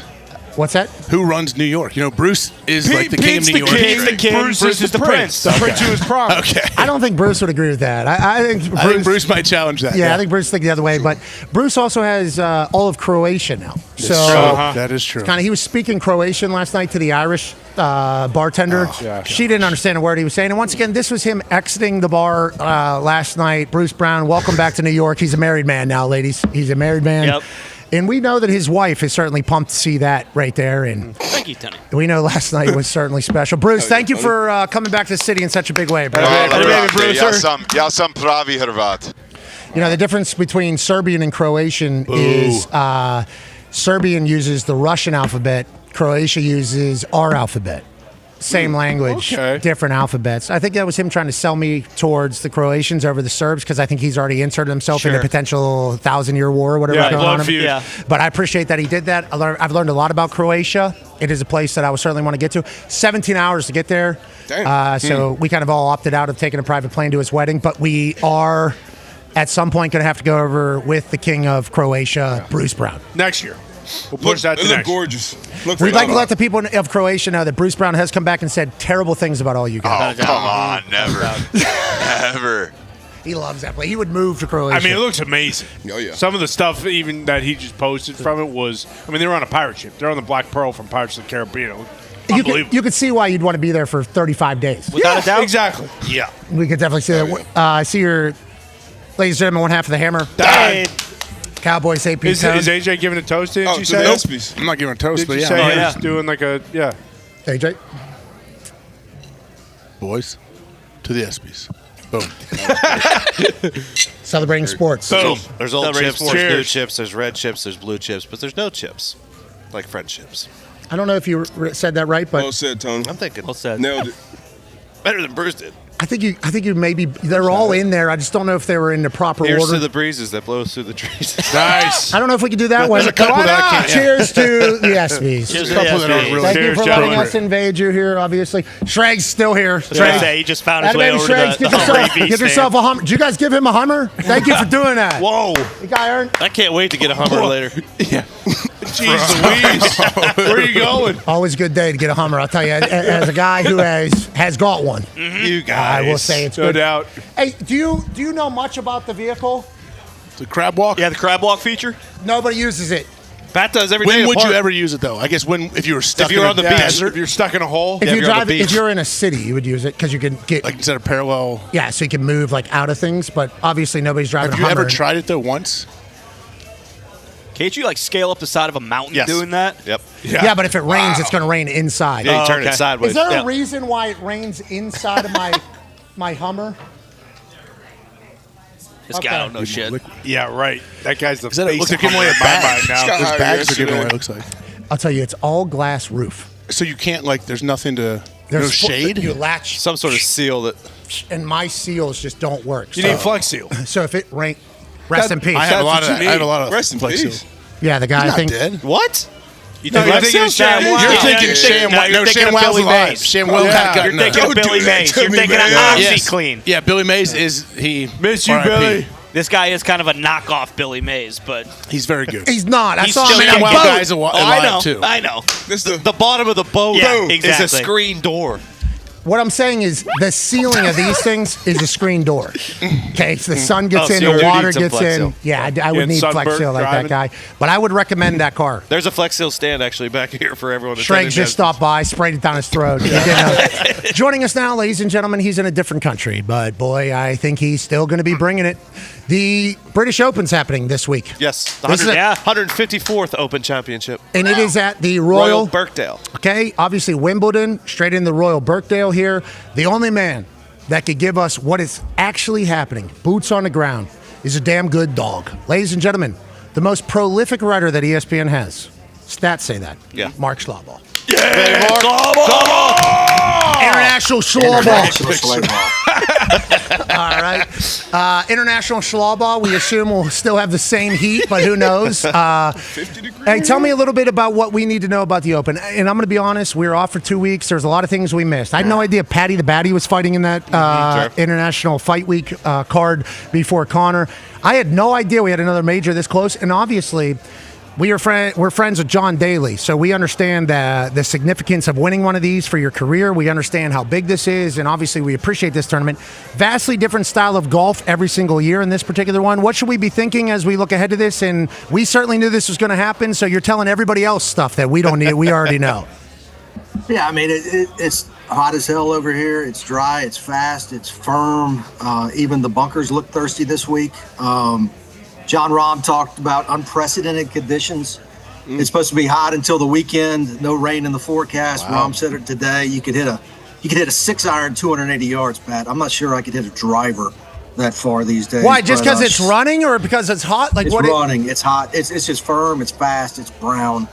And it's gonna get firmer and firmer. I mean, it's only Tuesday. I've never seen an open course, a links course this brown.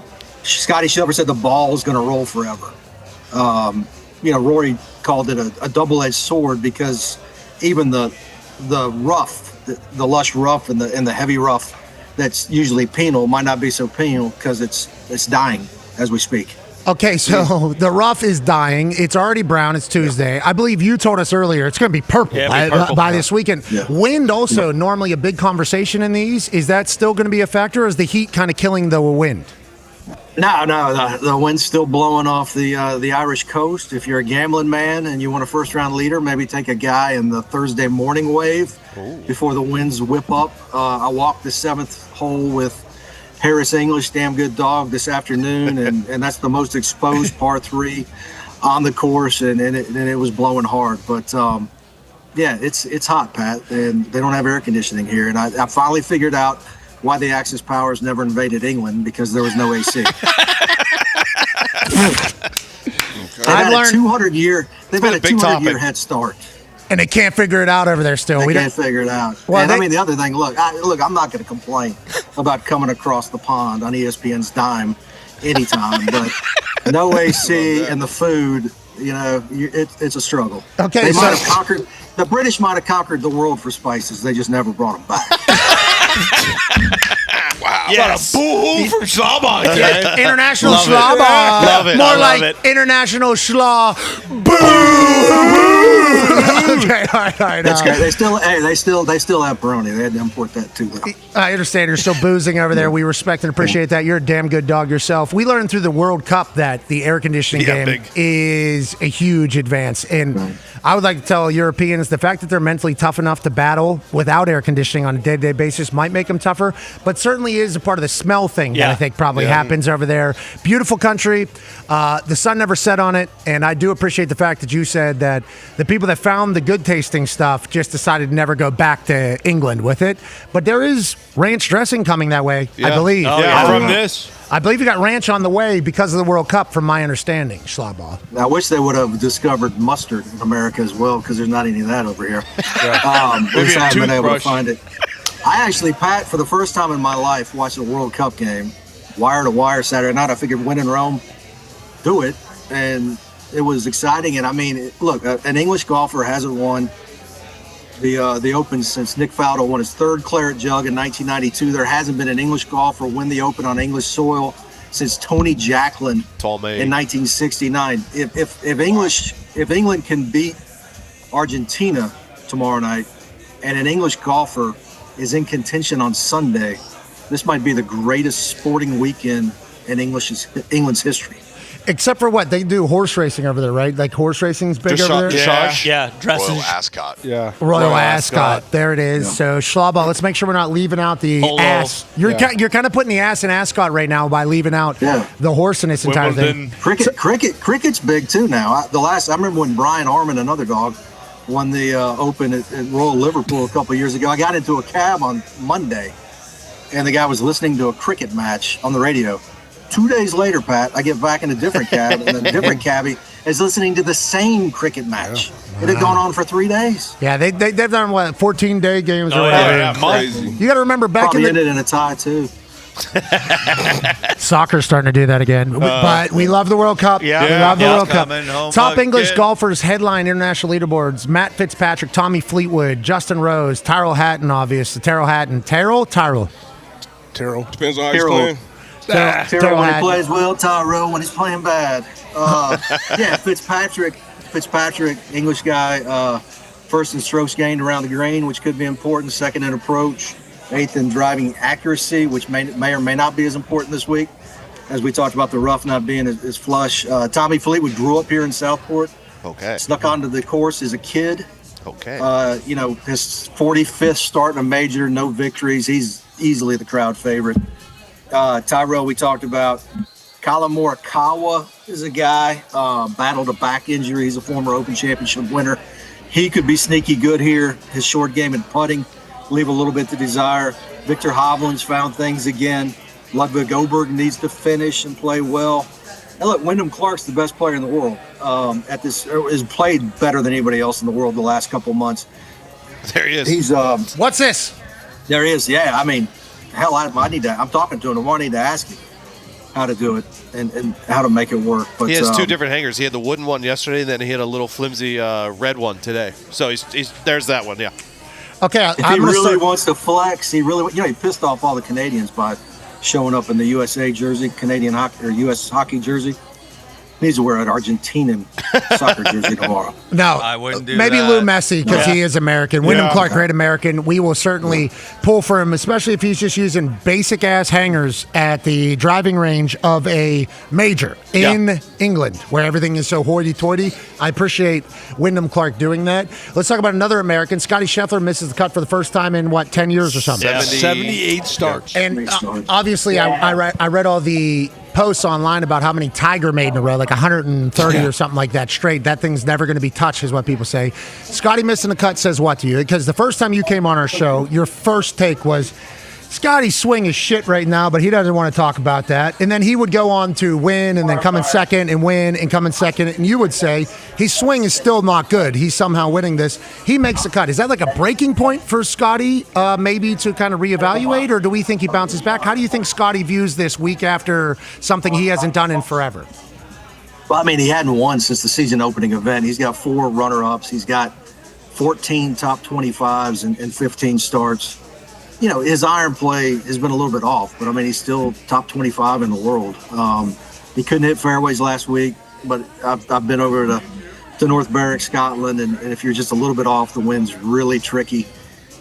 He was asked about missing the cut. A British writer said, sorry to start with such an awful question, but, you know, what did you do last week? And he said, I worked out on Saturday. I drove over here. I played 18 holes on Sunday.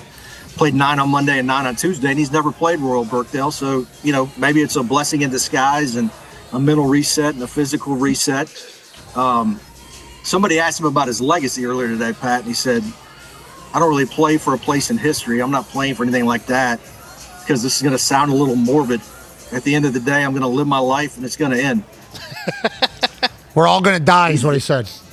Yeah, he sounded more and more like my guy. I mean,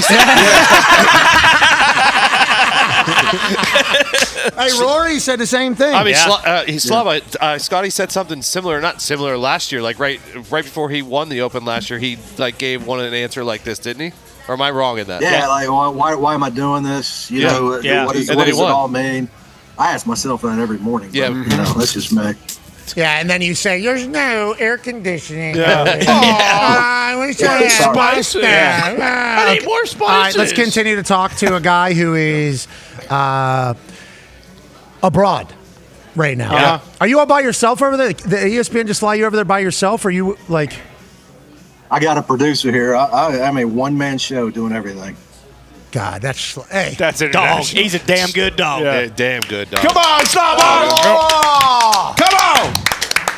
Stand it up. Go, dogs! Hey, 62 degrees in this room right now, Schlaball. That's a lot. It feels really, really good. Okay, AJ has a question for you, International Schlaball. Yeah, Schlaball. Could you give us any international Schlaball? I'm sorry. Any? There you go. I don't know. Underdogs, under the radar players you're looking at that could possibly make a run, and also, what is the final score you believe that wins this thing? Well, that's a good question. Jordan Spieth won it in 2017 at 12 under. I don't think we're going to get to St. Andrews 20 under because it was a lot shorter. These are a lot smaller greens, average size about 5,000 square feet. I'm thinking 14 to 16 maybe, AJ. Are guys going to be hitting drivers out there? If you can hit a 5-iron 300, like, do you need to hit driver?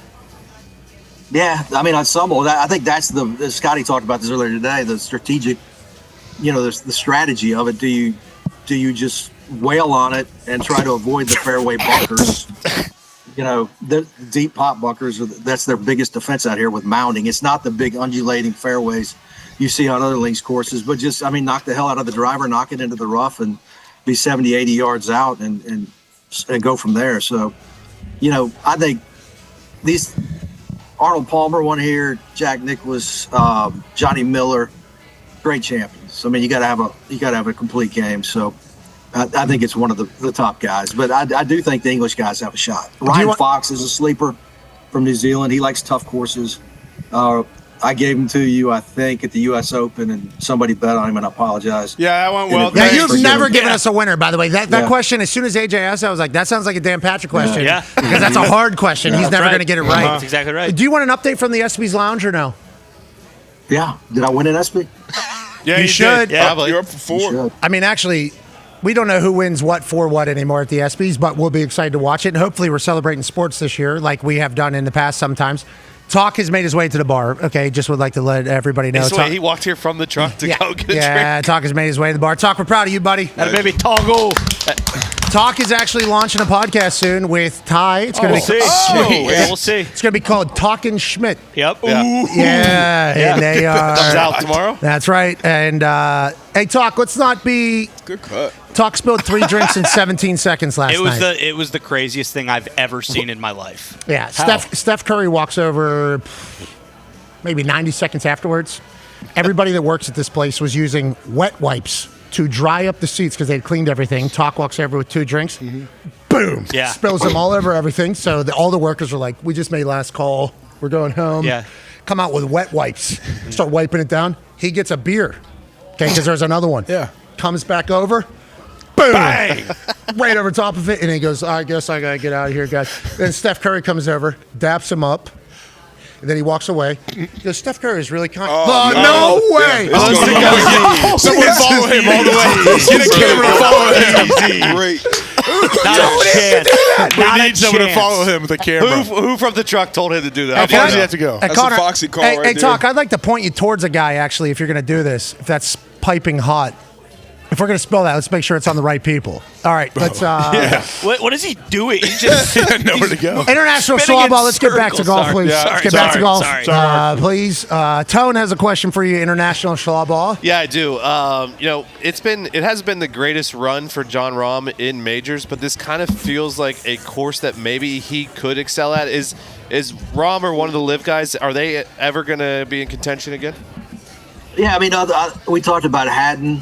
I think this course does suit Rahm. He's performed well in the Open in the past. He's won 3 times on Live, and he criticized all of us for diminishing that fact in the past year. But he's played well. You know, the other big storyline: can Bryson DeChambeau make a cut? Yeah. He's one of 3 guys who's missed the cut in all 3 majors. He's got an entire set now of 3D printed irons that he'll play with this week. So that'll be fun to watch. You like that, huh? It sounds like that's something you do love that happens. He was just golfing with big trees. I don't know where he was. He was golfing did you see it on his Instagram? He was maybe Redwood Forest, maybe? Ooh. That's what it looked like. That's what it looked like. Do they have a golf course in the Redwood That'd Forest? be sick. I don't think so. They should. You're not going to win shit for not having that answer there, Sawbaugh. You're not getting an SB. I got a 3D printed putter that Michael Collins gave me, the caddy. Connery? I lose about ESPN caddy? Michael Collins I lose comedy. about 6 strokes around on the greens. It's awesome. It's the first round Bryson's playing with these clubs? These 3D printed? Like the full set? If you're not counting the 472 rounds he's played on YouTube, yes. Do you watch those? No. Really? Look. I like Bryson. I do. I think Bryson is one of the more fascinating guys out here, and he's been good to me until the last few months. But he. What happened? Why? A little falling out. He doesn't want to talk. Well, that's strictly because he's in a tough spot. The way you talked about what'd you call it, the barely living tour. You've been pretty loud over there. International Schlabog catching some heat over there because Liv's super international, right? Yeah. Did you see the guy sued him for $600 million? Who? They stole my idea that lost $6 billion. You owe me $600,000 more. I didn't see this. When did this happen? I broke it a couple weeks ago, maybe last week. I was in the Bahamas when I broke it. I would have never guessed you would break some negative news about Liv. International Schlaball is a real problem. Might win a Peabody out there. Go ahead, Ty. Yeah, International Schlaball. Let's stray away from golf for a second here because we were actually talking last night college football. Where we want to lean, yes. and just curious. Hey, listen. Them damn good dogs. They got a lot of returning starters. Can we get like a Georgia update? Should we be kind of maybe leaning towards Georgia to win the SEC this year and potentially win another national championship? I get home from England Monday evening, and I'll be on a plane to Tampa on Tuesday for SEC Media Days, the start of the real season. Now I saw a stat this week said Georgia was the youngest roster in all of the FBS. Or maybe Power 5, but it's interesting. Kirby's been signing a lot of 3-stars. Why? Because you guys can't afford I'm not it? sure what's going on. Yeah, I think they're broke. No, I'm being serious when I say that because Kirby has been very much like, what do you guys think is the right answer? I've heard him in like 100 different combos just be like, what do you think is the right answer? Yeah. What do you think is the right answer? I think Kirby, he's one of my favorite people in college football. Kirby's always been very good to us. Dogs fans have not, but Kirby Smart has been very good to us. I appreciate the level-mindedness of him. I think he doesn't love what everything's happening right now, not just because like Georgia is potentially nowhere near alumni-wise where Penn State, Michigan, Oregon, everything like that. I think a lot of SEC teams are talking about that. But I think Kirby is like a college football pillar, personally, at this point. So if he's taking 3 stars, I think there's a reason for that. I think he is looking ahead. I think he is ahead of game. Do you view Kirby that way? Is that how everybody in Georgia view it? I thought Kirby's strength was always signing high school talent, recruiting high school talent, and developing high school talent. And I think he does it better than anybody else out there now that Saban is retired. But I just don't think he's going to pay a 4-star guard $1.5 million. He's not going to pay him more than the guys that are already on his team. So they've got a couple 5-stars. I'll be curious. He's got a bunch of guys leaving after this season. I'll be curious to see if he goes heavier in the transfer portal. But, hopefully some of this legislation will get passed and we'll get some guardrails in here. I don't think anybody can afford it. Mark, at the pace it's at right now. Mark, we were having this convo the other day. Is Gunnar Stockton good enough to win a national championship? Yeah. Okay. He got the right people around him. I mean, Stetson Bennett was good enough to win it. Yeah, but Stetson could spin it, bro. Like that's why Stetson in the NFL, why he was able to just leave for a year, kind of do his own thing and come back because he can spin it. I think Stetson, the mailman, right? Isn't that what they were calling? Yeah, he could always spin delivered. it. I don't know if Gunnar from what I've seen, great athlete, damn good dog, like all those Tough. things. Tough. Obviously, the first time we saw him, he gets Yeah. John Yeah, Elway, exactly. and then he gets back up. Does he have enough talent with this to be able to win a natty? That's a real question, I think. I think that's a real question. Yeah, he's tough as hell. The throw he made against Tennessee in the fourth quarter, I was at that game. Oh, down in the right side in the end zone. Yeah. Back shoulder throw. He can spin it. They got to get back to throwing it to the tight ends. They got like 19 five-star tight ends on the roster. They got to roll him out more, get the ball across the middle. That was a big problem last year. They got to have a consistent running game. They had a ton of injuries on the offensive line, but I think this team, it's not as good as the 21 or 22 defense, but I think it's as close to that. They're never going to have Jalen Carter running second string.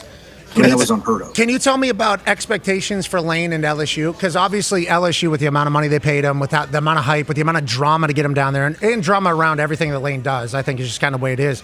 But I think everybody at LSU is expected to win. Most expensive roster in this year. college football, I believe. They're expecting to win now. He's kind of trying to temper it down a little bit. I'm headed down to Baton Rouge in a few weeks to see him, but he. Look, they went out and they spent a ton of money. They got the quarterback from Arizona State, who's a good player. He's coming off an injury. I think running back's a little bit of concern with him, but they spent as much money with Brian Kelly last year and ended up fired. So you got to get the locker room right. But he's got a couple good defensive players from Ole Miss. I mean, I'm counting the days down to when his ass goes back to Oxford. Week 3. Can't wait for that. It's going to be so much fun. Game day is not definitely going there. Remember, only the first that's 2 right. weeks Well, have been it's all scheduled. We're going to be at LSU Clemson. You know, Dabo, good guy. He's done a lot for college football.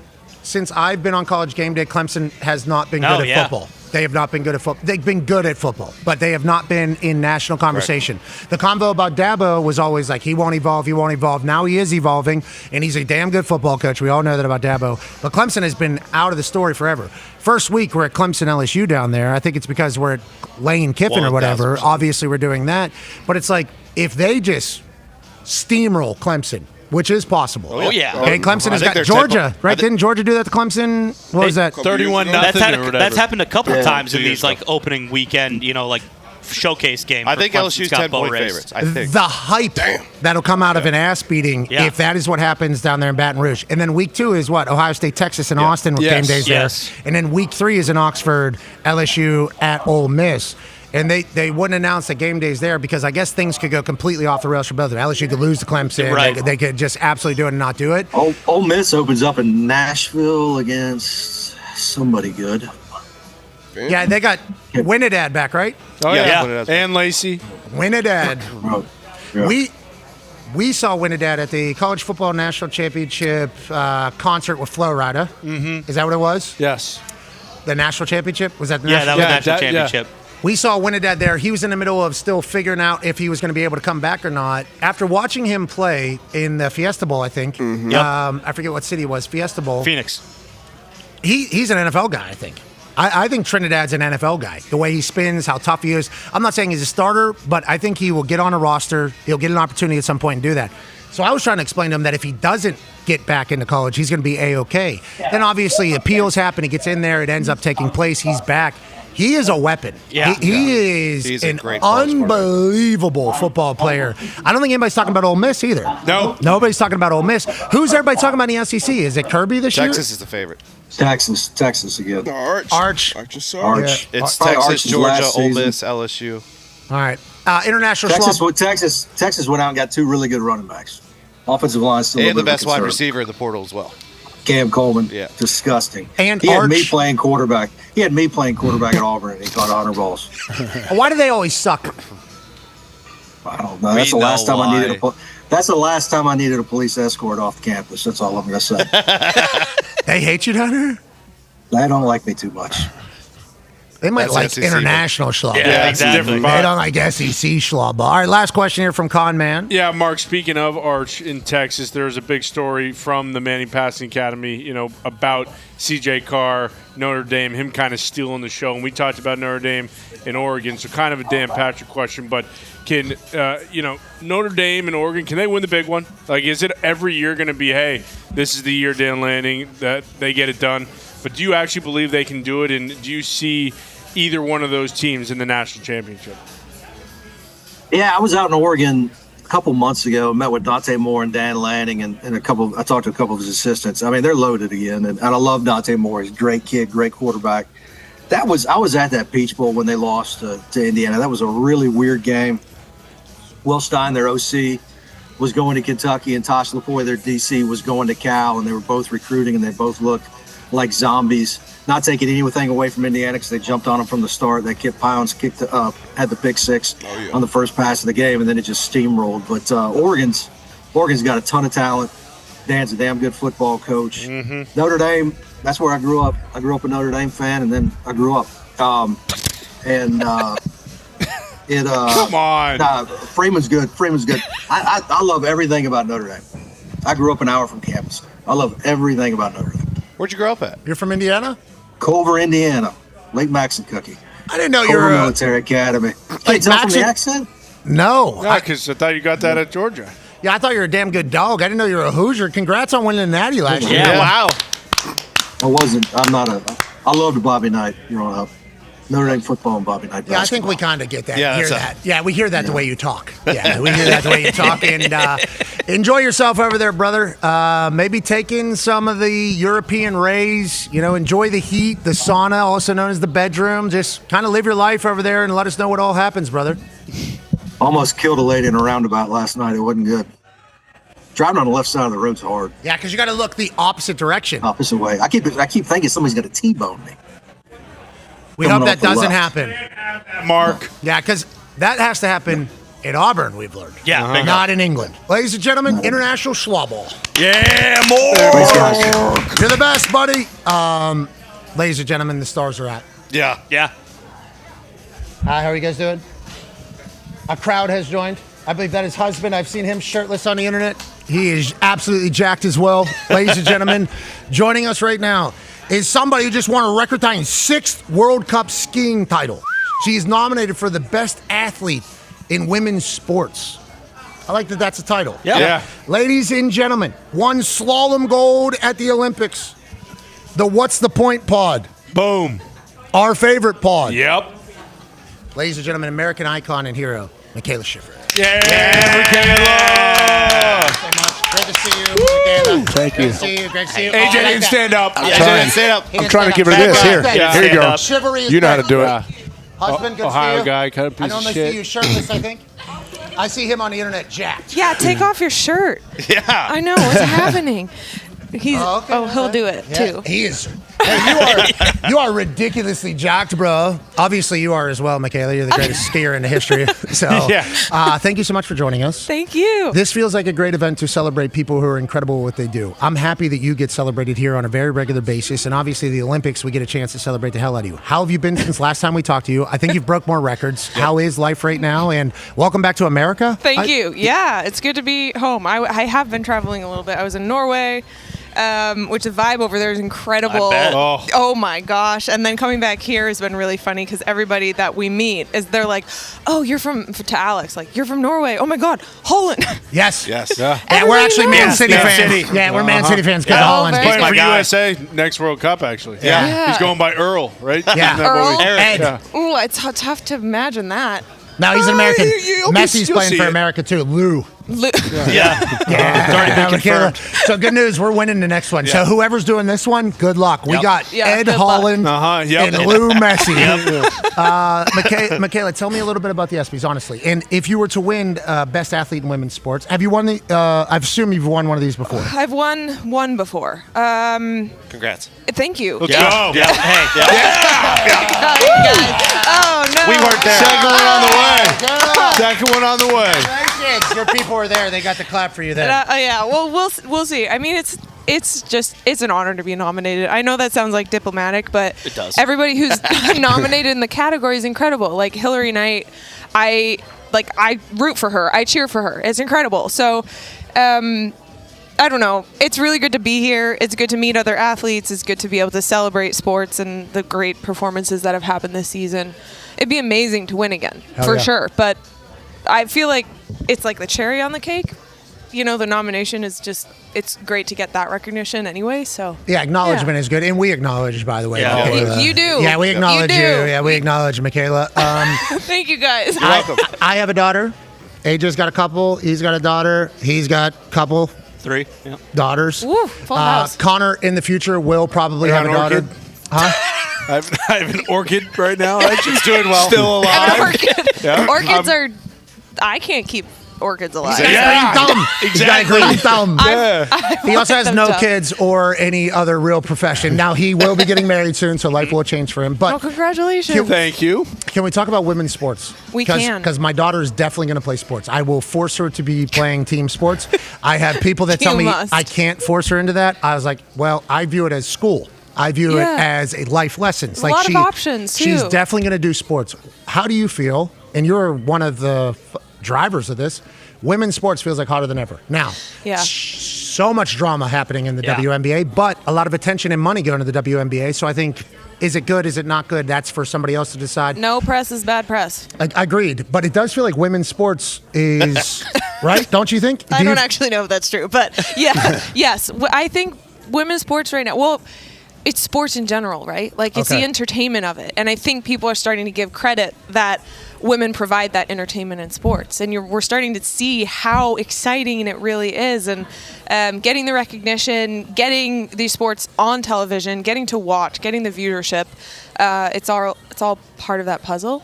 And it's really cool to see that it is, like you said, it's like starting to really, it's getting really hot. Yeah, it is getting hot. Yeah, I mean, WNBA is getting real hot. I mean, Too hot. Dan Patrick needs to ask his hard questions. Kathy Engelbert ASAP. Yeah, that I needs agree. that needs to happen ASAP for the good of all sports. But as somebody who now, my daughter's 3 and 2 months now at this point, becoming full human now. We got ideas, we got opinions, She's we got human. attitudes. Oh, yeah. We're dribbling basketball, we're kicking soccer ball. It's like fun to watch. And then I watch the women's sports continue to grow, and it's like, man, it does feel like. How many years have you been doing this now? Have you been 16 Okay, so at the beginning, professionally. Okay, and I don't know skiing because I assume it's always women's skiing has always been. It's actually ironic. Well, not ironically, but skiing is one of the few sports where women have had equal prize money to the men. Really, there are a couple races that, like, the men race Kitzbühel, and then the prize money is insane. But otherwise, like, I've had several seasons where I've out-earned the men in prize money. Just, it's really based on your performance, and there's a lot of opportunity. Let's so. go.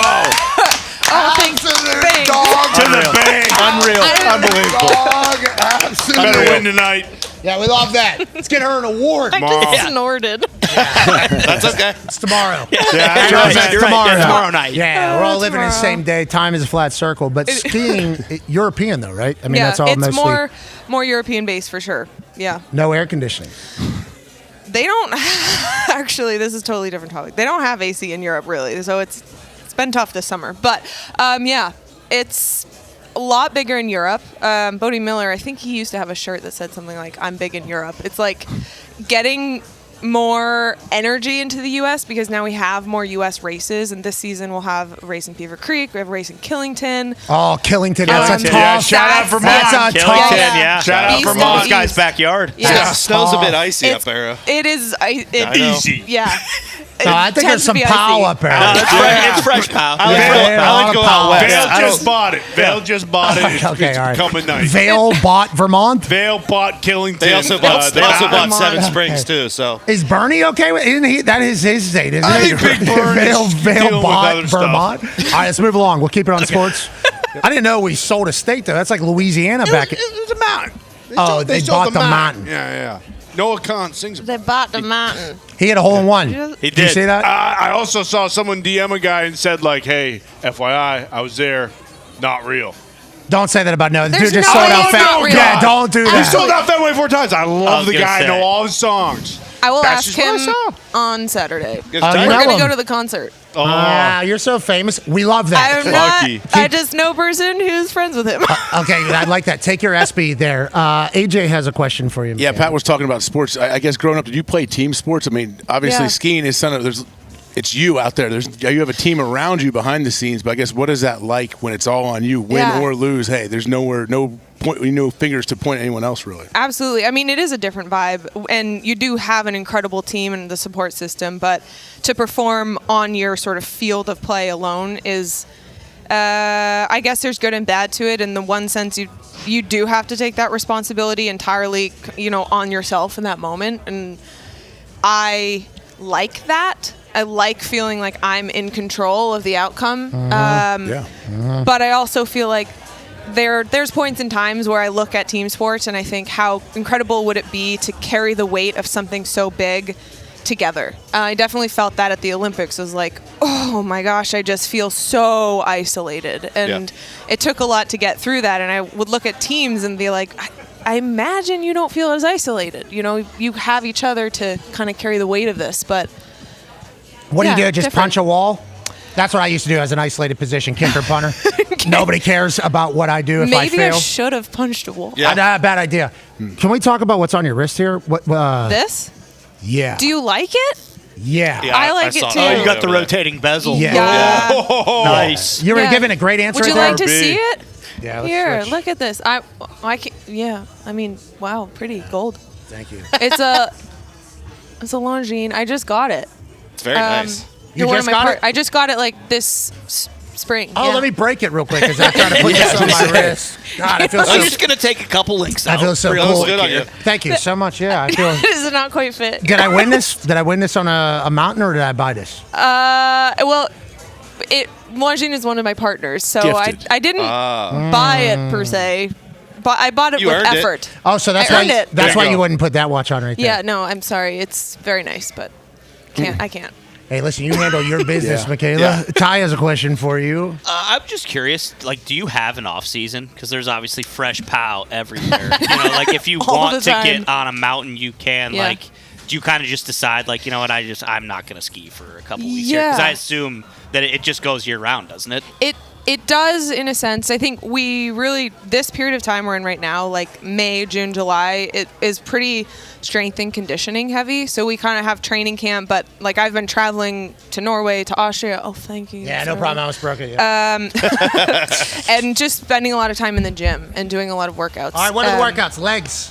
A lot of legs, squats, Bulgarian split squats, the bane of my existence. But those. What are those? Those AJ, can you show us a Bulgarian I was split going to ask squat? her to show exactly. What No, do you, is I it think 1 you foot should. up? What- I can't. 1 foot, Yeah, yeah, your punch back it. foot's up. Tony. It's a, I don't have any cartilage left. Yeah. Careful. Yeah, there you go. Is Very that good. good form, though? That's pretty. You gotta, That is good. You have to get Tony. a little bit, like you gotta tuck Tony, your I got tight. I tucked your tail. tuck your tail. And, I have tight hips. most Still got the men juice, do. Tony. Tuck your tail, squeeze your cheeks.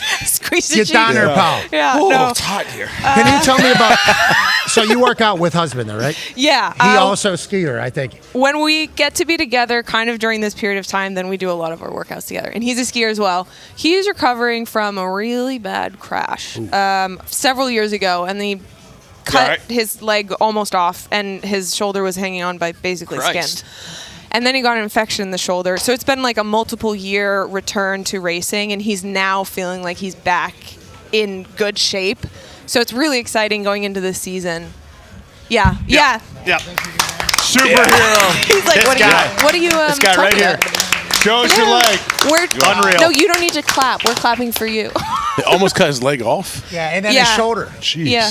Gnarly No, it was scars. bad. It was gnarly. If you guys can look, you should look it up later. Now he's from Norway, but he skis for America. Yeah, no, he skis for Norway. Okay. I take back my clap. Connor has a question for you, Michaela. Yeah, Michaela. Pat mentioned the What's the Point pod, and I was listening to the episode of you and your mother talking about like overcommitment to your sport. Thank you for So, listening. Of course, you guys were drinking wine. It was pretty awesome. We listen, Michaela. We do. listen. We try to support. Good job. Also, video on Spotify, very clutch too, because you can listen and watch. But you mentioned overcommitment, and how did you learn to deal with that? Like, I'm assuming early on in your career it's tough to do like stuff like this and like actually enjoy the off season. How did you learn to do that? Was there a certain point where it was like, hey, this is just too much, like mentally, like I have to take a break? How did that kind of whole thing come about? I feel like I've sort of naturally grown into more of the media marketing side of things. In the beginning of my career, I had success early on, but it's like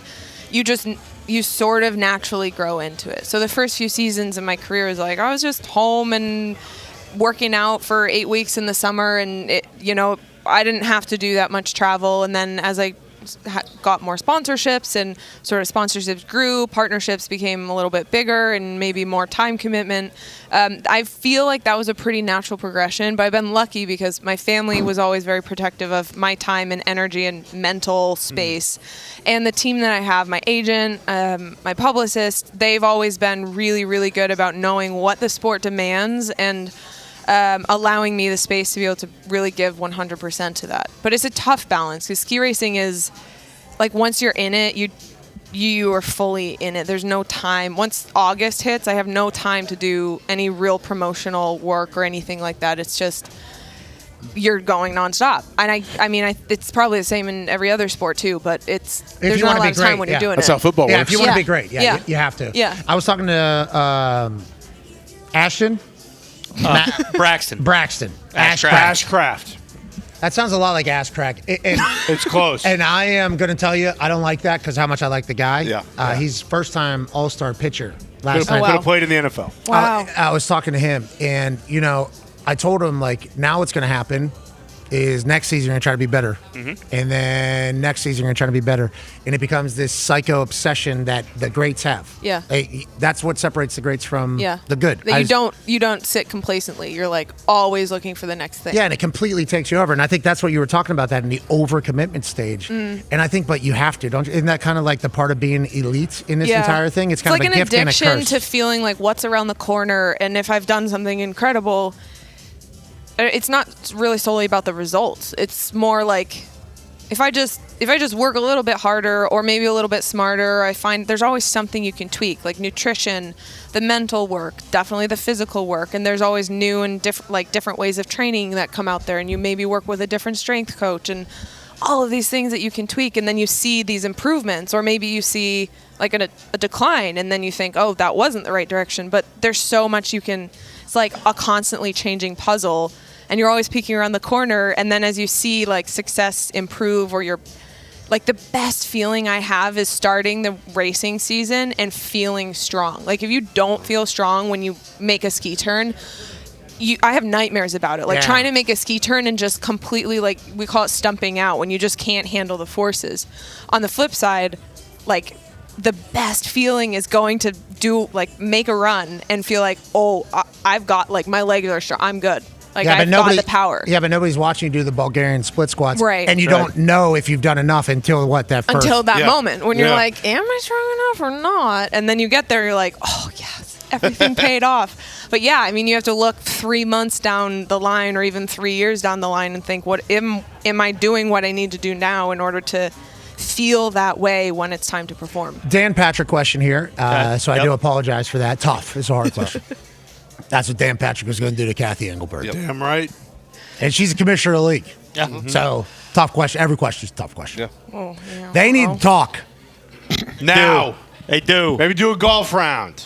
No, I watched her out of the sand. I think she should. Okay. I think she was not bad, though. The second, everybody saw the first skull. Yeah. And that was just practice. I should not do the motion that I just did. Okay, I know that. But that is what the ball did. Yeah, the ball did go that way. It did. The second one beautiful. was Pure nice. contact, It was very nice. Nobody's talking about that. Everybody's talking about the skull. And they won't. Yeah, nobody's going to talk Well, about it. she's a great commish. Yeah, but makes adjustments. Yeah. Well, so that's what everybody's wondering. That's where the questions come in. But I do hope that Dan and her get a chance to chat. Yes. Booking sucks. Thank you for joining our show. Dan Patrick question coming. If I was to show a clip of you talking on my show to my daughter about her mentality or mindset and how you treat competition and like day-to-day being an athlete. You know, everybody talks about the Mamba mentality. I had a very lucky opportunity to be around Peyton Manning. So hard work, obviously, is the basis of everybody that's ever been great. But your mentality, what is it? Are you trying to get better every day or trying to get better every moment? Are you like a long-term thinker? Like, what is your mentality you think that has separated you to become who you are, which is a 6 World Cup skiing title. One more for the record. Olympic legend, ESPY winner already. Probably another one coming if they do the right thing.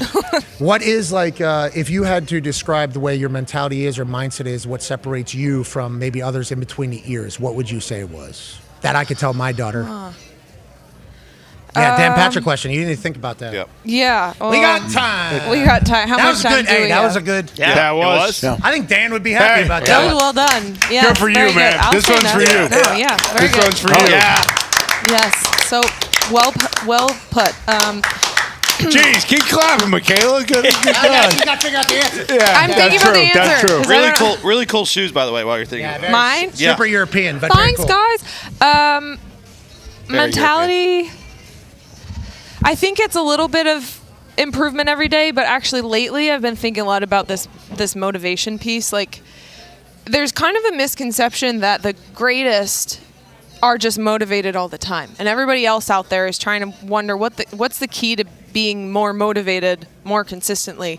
And I actually find myself not that motivated probably 80% of the time. Like, it's very rare that I'll get up out of bed in the morning and be like, I'm so excited to go do Bulgarian split squats or whatever, or like, it's very fun to go skiing, but usually it's pretty grueling. So I'm not like motivated all the time. So I think part of my mentality is just working on the relentless consistency when there's a lack of motivation.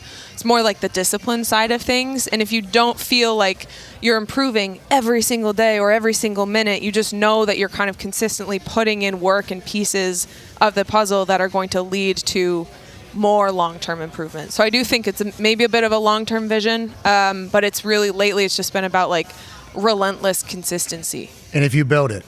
Yeah, and you're building something great, and great things take time, and also meaningful things are going to come with setbacks as well. So it's like looking at the full picture and what a beautiful opportunity it all is. And we often focus on the wins and the trophies and the victories, and you see this little glimpse of the spotlight, but like just there's so much more beyond that. And actually the journey is in, this is so like, yeah, this is so cliche. Well, I to asked say, you but a question for a potential cliche. It's a hard question. So yeah, cliches are normally good answers to well, hard it's like what you learn in your life is on the route to get to where you're going. Like the gold medal got me nothing. Oh my gosh. But everything I did on the way was like, oh shit, I learned so much about communication with my team and building a business and understanding what feels important and trying to take on the risk of failure and criticism that would come with that, and actually say like, I'm going to hold this in my hands and I'm going to just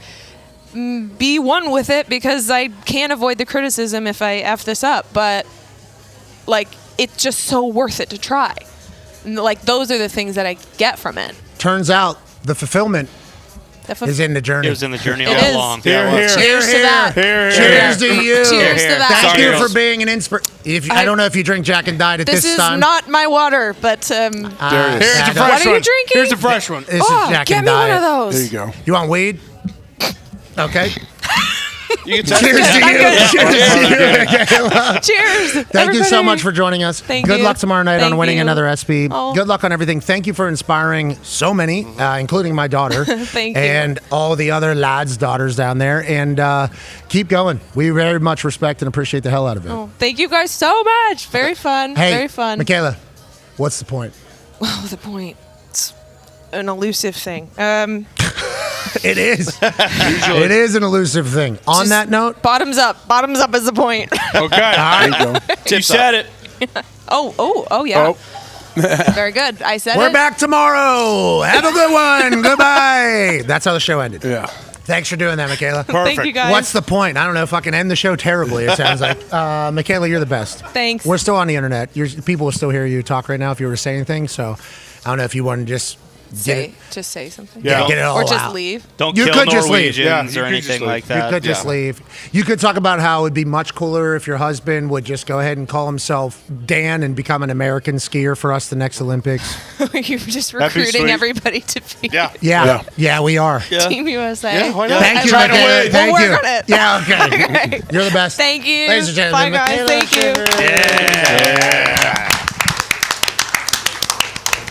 you. You're awesome. Thank you so much. See you. Take care, team. Good luck out there. Hope you guys win another one. If you don't win, bullshit. Oh, absolutely. Okay. Sounds good to me. There's a lot of me. I don't know if you need that, but Boom, book it. Done deal. all right, put it in there. We'll talk about the après ski probably. Yeah. Yeah, there you go.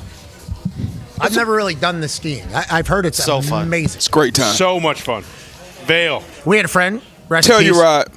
Yeah, we had a friend, rest in peace, living legend, Vontae Davis. Oh, yeah. Who, I mean, I don't think I would have said, you know what, this guy's going to become an avid skier. He really did. He became super. Took you out there a couple times, right? I feel like people do love skiing whenever they get out there to do it. It's the best. Yeah, Scares the shit out of me. I mean, it's a great time. Obviously, skiing is fun. It's dangerous. It's speed. It's fast. It's all the different things that we like from from other sports. But I think more than the actual skiing is like just getting away with your people, going up in the cabin, seeing mountains, the weather, the views are crazy. Like I love going places with water, with seeing the ocean, an oceanfront room. That's typically my go-to. But it's nothing like having those windows and seeing like those mountains out there, snow caps. Yeah, it's unbelievable. Maybe a hot tub out there, but it's cabins. Steam it's all coming amazing, off. man. It's incredible. Wow. Skiing's the best. Like especially because sometimes you can get lost on the mountain. That part can sometimes think because you get on different lifts. It's a huge entire thing. But when you go up and you don't do like the hard double black diamonds, and you just do you just do the green circles or the blue squares. You can go on like sweet 20-minute like cruises almost. Like I would almost compare it to like riding a motorcycle. Yeah. Like that type of. So we got music in ears? Music in ears. Yeah. You got beers that you can drink on the lift up when you're We're taking all smoking, a break. obviously. Of course, Sure. I feel like that's part of the culture innately. But then to what you said, the après ski, because a lot of these places it's winter. It gets dark out at 4, 5. There's night skiing at 8, so they close the mountain anyways to re-groom it and everything. But I've never done skiing it is incredible. It's a night little skiing is dangerous at night. A little scary. AJ, you ever ski? For about 25 minutes. Never got to the Snowboarder. lift. No, I've never done either. We tried to go one time. My youngest, Explosive diarrhea?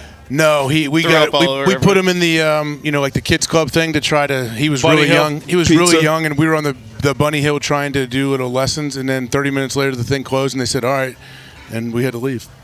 Take all of our stuff. So I've never skied. Sounds like good time. So I never got off the just the main little bunny hill. So I never even saw the lift. Actually. The mountain kicked the Hawks off? What time did you go? Like 5 in the afternoon? At noon, and they didn't like they said. Axel, he was super young, and obviously he was a bit of a tyrant at the age he was.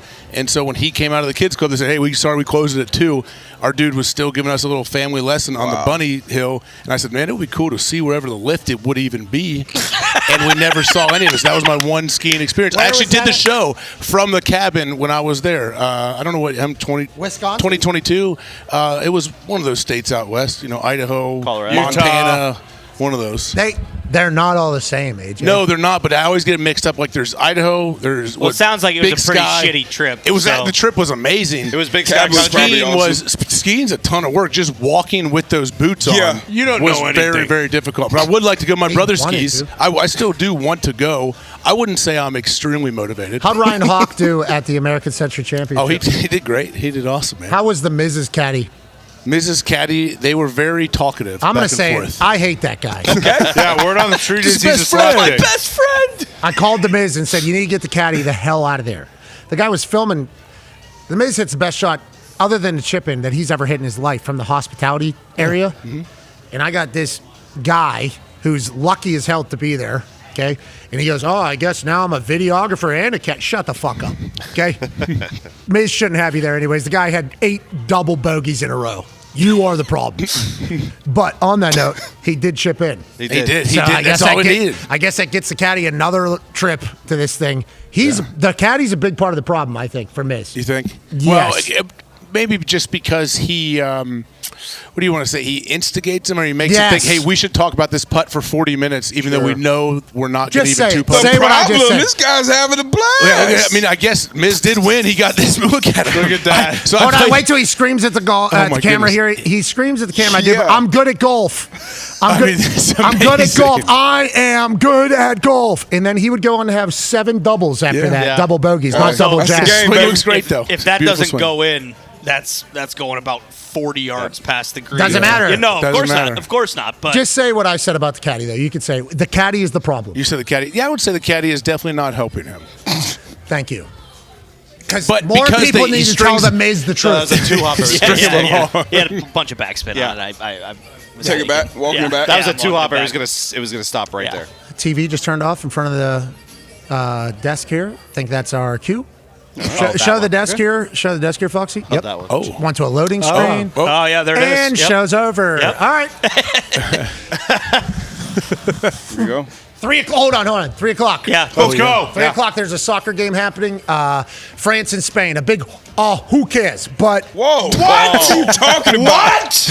All right. The game of Best the team in tournament, the people game. are saying. Who's going to win? What? The top 2 ranked teams in the world. Two best players in the world. Stop. Balloon duo. Stop. What was that? It's the number 1 and number 2 team. What are we talking about, man? You guys are the easiest people. 1 versus 2. Gumpy. This is the championship. Come on, Jimbo. This is not the championship. Gumpy. Basically, The winner of this wins the World Cup. It's in Bob. Is Lou Messi playing in this game? No.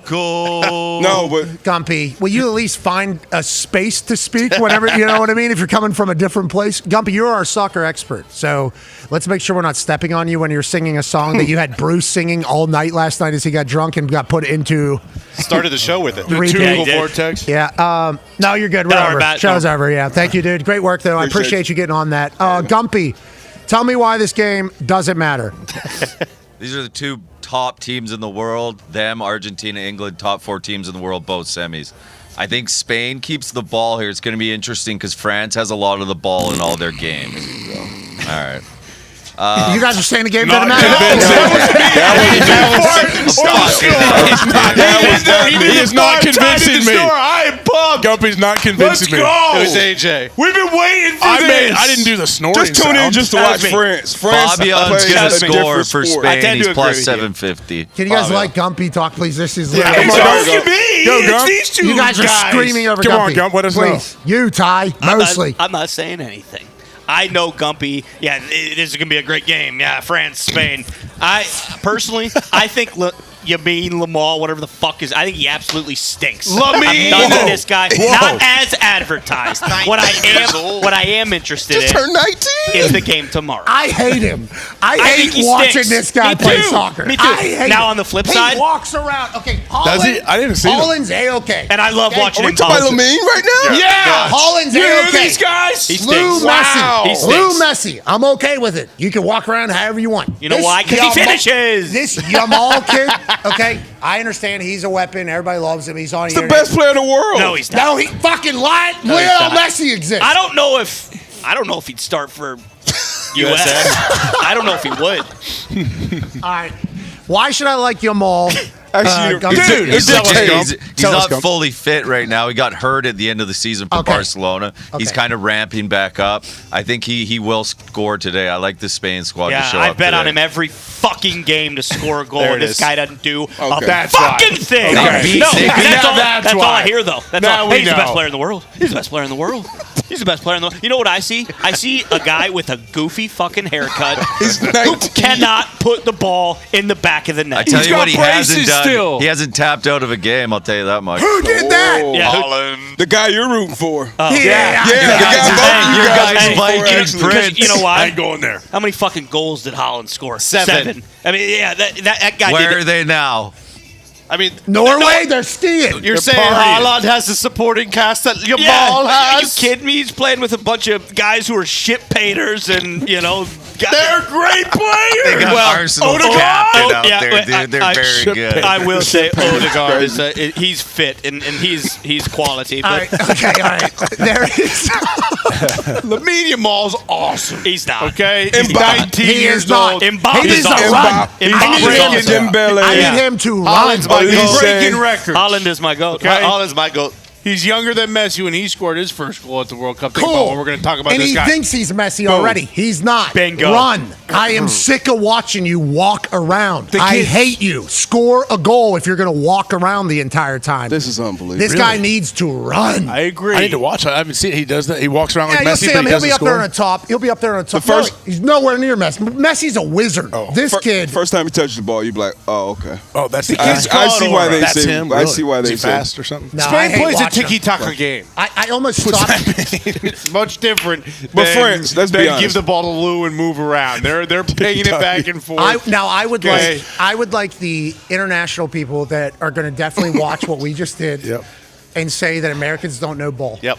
I would like to let You're everybody right. know They are right. And it turns out, what my eyes see with that Spain team, I want to puke.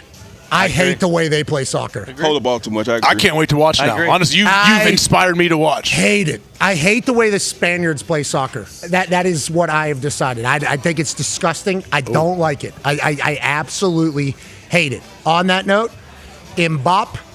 The way they play. I like watching that game. Play a different game. Yeah, it's like respectable. Their old front four, it's unbelievable. Yeah, their attack, they all have it on a string. It's Football's like their coming passes home. are I wouldn't shots. worry about it. So England, I like watching England Me too. because they got a couple guys. They got Jude and obviously Harry Kane. Soccer. But their entire team obviously knows. And then Argentina, it's Messi. It's just Lou. Yeah, so it's his last time playing for Argentina. He'll be on America in 4 years from now. That happens tomorrow at 3 o'clock. Obviously, we'll take it. It's very quiet in here. We were just screaming. It's all right. I got a little heated up over Jamal there. Yeah. He stinks though. Not as like a player, but like fuck that guy. I'm gonna go do it straight. Did you happen to see the bags that Schrags walked out of here with? Yeah. Oh, did you get a big That's swag gonna be bags? me in about 10 minutes. Yep. All right, I'm happy you got the Schrager routine down. So some stuff, in this particular position that I have, which is a very a cool one, and honored to have it, kind of guiding where we head on a daily basis through conversations. We don't have an A block, B block. We just have a list of headlines, okay, of things that have happened. This thing could lead the show if we happen to see it a minute before we go. This is not like A block, B block, this entire thing. We kind of just go wherever. You guys see this. We're an ADHD show. I mean, it's how it is.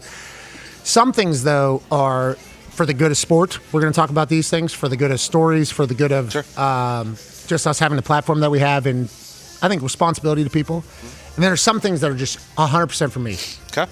What we just did there was 100% for me. That was the easiest toss, just right over to this group right here, and just have a full meltdown. Ty last night at about 2:15 a.m. had that Yamal take, and it was a little louder and a little bit more color. But I'm happy you still got it here in this state of mind too, because. And I'm glad I got it out because guess what? I don't fucking remember saying that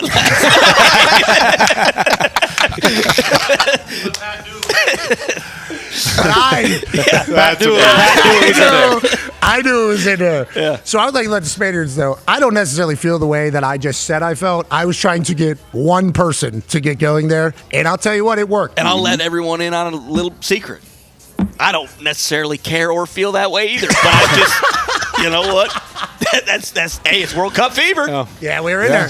It is emotion. Yeah, exactly. It has been unbelievable. I'm telling you, that England game I went to in Miami was one of the coolest things I've ever been a part of in my life, man. Yeah, I'm happy you got a chance to experience that. Gumpy was down in Miami, second home of his. Yep. Obviously has a lot of connections down there at one particular club more so than other places, so he certainly loves that. We happen to pay for maybe a celebration for an Olympic team. And now Gumpy is obviously reaping the benefits of that. And by the way, as he should. Hey, Gump. Hell yeah. Go on, lad. Right. Go on, lad. Gumpy. Someone's got to do it. Yeah, because I can't, There obviously. we go. Go on, lad.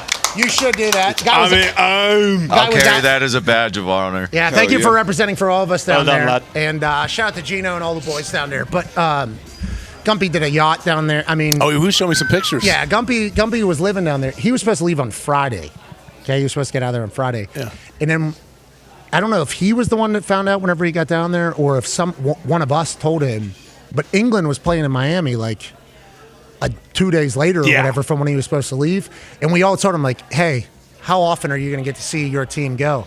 We didn't even think about England losing. No. And thank God they didn't. Then that first goal. Very good game. Uh-oh. Yeah, it was a great game, and Gumpy was right in the middle of all the English people. And Gumpy, it's true that as soon as a goal is scored, all the English just toss their beers, Beer right? everywhere. I was just covered in beers, 108 degrees. I mean, it was absolute chaos. How much are those beers? They're about $26, I think, at the Miami Stadium there. I'm telling you, that's the most crazy thing I've seen, because when England scores, you do see it in the crowd. It's like beers flying everywhere, and it's like that's got to be a gimmick or something, because those beers are way too expensive. It's like, nope. Just go, hey, lad, how is it? Yeah. See, I always just assumed it was their piss because they didn't want to go to the bathroom. They would drink their beer and then piss in the cups, and then they would just throw the piss. Well, they use their piss for mouthwash, though. So I don't know if they would throw that in the air. That's England. All right, First day. let's get out of here. Shout out to the ESPYs. We might be back here tomorrow. Maybe. Hopefully. It's a really nice room. It's a really nice room. That thing's sick. Shout out to Hummer. Love what you guys do. Shout out to Hummer. We'll be over there in a second. Yeah, thank you for Tony giving needs us. a Hummer. Can I get a better roof? It rains in my car. It's just like their roof. This guy says he's never heard of that. It's an electric car. There's He no said- way there's I don't know supposed if to this be. guy's actually seen a Hummer before. No, that's I'm just here with the bags. He actually That's just the said face of Hummer. He said user error. User error. I didn't touch it, bro. I just bought the thing. Yeah. So you would be the user. But on that note, it is a wonderful convenience just to be able to plug that thing in and just get back and forth. Tell that to the Shout out to you guys. Tell it to the freaking kids, man. My daughter loves it. How about that? I ain't talking about your daughter. Well, you need to maybe start thinking about her a little bit more than those other kids that you're talking about from a meme on Instagram. Be a friend, tell a friend something nice. It might change their life. AJ, good to see you, buddy. It's been a while. Baby Hoggle. Let's go, Hoggle. D-Butt, great performance last night. Hey, man, it's been great. Been back. Love it. Good shit today. D-Butt went looking for Ty last night. All of us saw Ty get up and leave out of nowhere. And At the game? No, at the bar last night that we kind of commandeered. Yep. And about 1:45-ish, 2 o'clock-ish, Ty just got up and left. And he was in no state to probably be just by himself roaming. Yeah. And we all took like 5 to 10 minutes just being like, well, we thought he went to the bathroom. And then everybody's like, no, he just left. And then D-Butt's I'll go. D-Butt gets up, goes out there. And D-Butt disappears. I'm like, well, we just lost D-Butt as well. So we thought everybody was gone. D-Butt comes back and goes, Ty found the Cheesecake Factory of bodegas. I did. And I did. Ty came back with 4 bags. He came back. 4 bags. He said he spent $140. Yeah. Left to go home to eat the cheesecakes. Plural. He had a bacon cheeseburger. Yeah. I was concerned because he had left a freshly ordered drink. Oh. So that was like, okay. But he did take his phone, though. But he did take took his the phone. phone. But the drink being left concerned me. You coming with 5 bags back from that bodega at 2:15 a.m. I was hungry. And we're going to do it again after this. You got to do what you got to do. You got to do what you got to do. And Okay, who's our pick for France, Spain? We don't have a bet. Our France. boosted- France. Yeah, we hate France. Spain. Yeah, I ain't fucking doing it again with them. France. Dumpy, who do you like? Spain to qualify. He's scared of France. Yeah, he is. Yeah, England. Shaking in their boots. You need to worry about Lou more than anything. I don't think so. Well, yeah, actually, FIFA will just kind of find a way to push them through. So. Yep. I heard it's a good rep for them. We'll talk about that tomorrow. Be a friend, tell a friend something nice that might change their life. Let's enjoy the hell out of this life. Kinley, good work, bud. That'll baby Kinley. Okay, thank you. Yep. Thank you. Yep. Doug, Hey, you want to come in here? Yeah. You're already on the show. Yeah, You're already on hell yeah. camera. You want to come in here? Doug, There it is. Duggo. Kinley, got anything to say to the team? Bless Jesus. Hell yes. Okay. Boom. Thank you, Kaylee. Amen. I'm going to steal that. Amen. Yeah. Amen. We need that, actually. We do. Yeah, we Without do. doubt. We do need that. Team on me. We'll be back tomorrow. Shout out to the ESPYs. Thank you for the space. I don't know how many people we pissed off in here, but we walked in here with people pissed off at us anyway. What are you gonna do? Who cares? The guy that runs this thing, interesting guy. I hope he does a good show. He won't. Team on. I like that. Hey, fuck you. Look at that kid not doing it. Yeah, all right. Thank you. Yeah. What's up, dude? Super handsome. He looks really cool. Thank you. He's in too. Hell yeah. Oh, he's not. Team on me. Team on 3. Oh, Hummer's not in. Wow, that's because they got a leaky roof. 1, 2, 3. Team. Goodbye.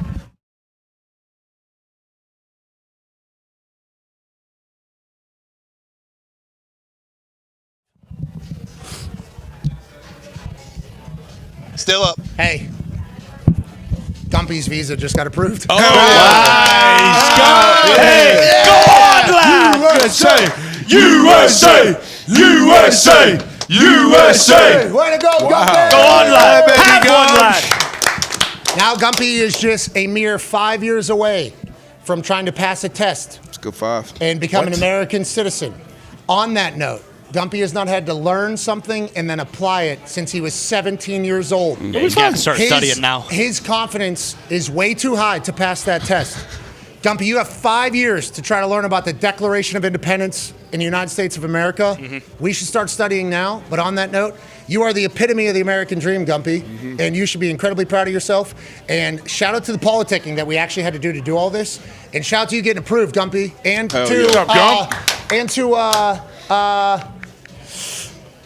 West Virginia Senator? Yeah. Tommy Tuchel. Capito. Oh, what's her name? What's her name, Gumpy? Trying to find it right now. Oh, no. Jeez. Okay. Yikes. Dump this. Yeah, Capito. Senator Capito. Senator Capito. West Virginia. Senator Met Capito. Gumpy at the College World Series. And I go, hey, what's the deal with not being able to get this? Like, this is way too hard. This guy is one of one. He's the only person that can have this job. He didn't graduate college. Fair. Okay. He could have. He could have. He could have. He went to school of hard knocks, guys. He's a savant. He's Blood. Went to good Painter Clown College. Was that the official name? Graduated with honors. Wait, you went to PCC? Yeah, but that's a tough thing to sell to the American government on why he should take a space in America from what we found out. Miss Capito went crazy for it. We appreciate her a lot. We also appreciate Senator from Indiana. Todd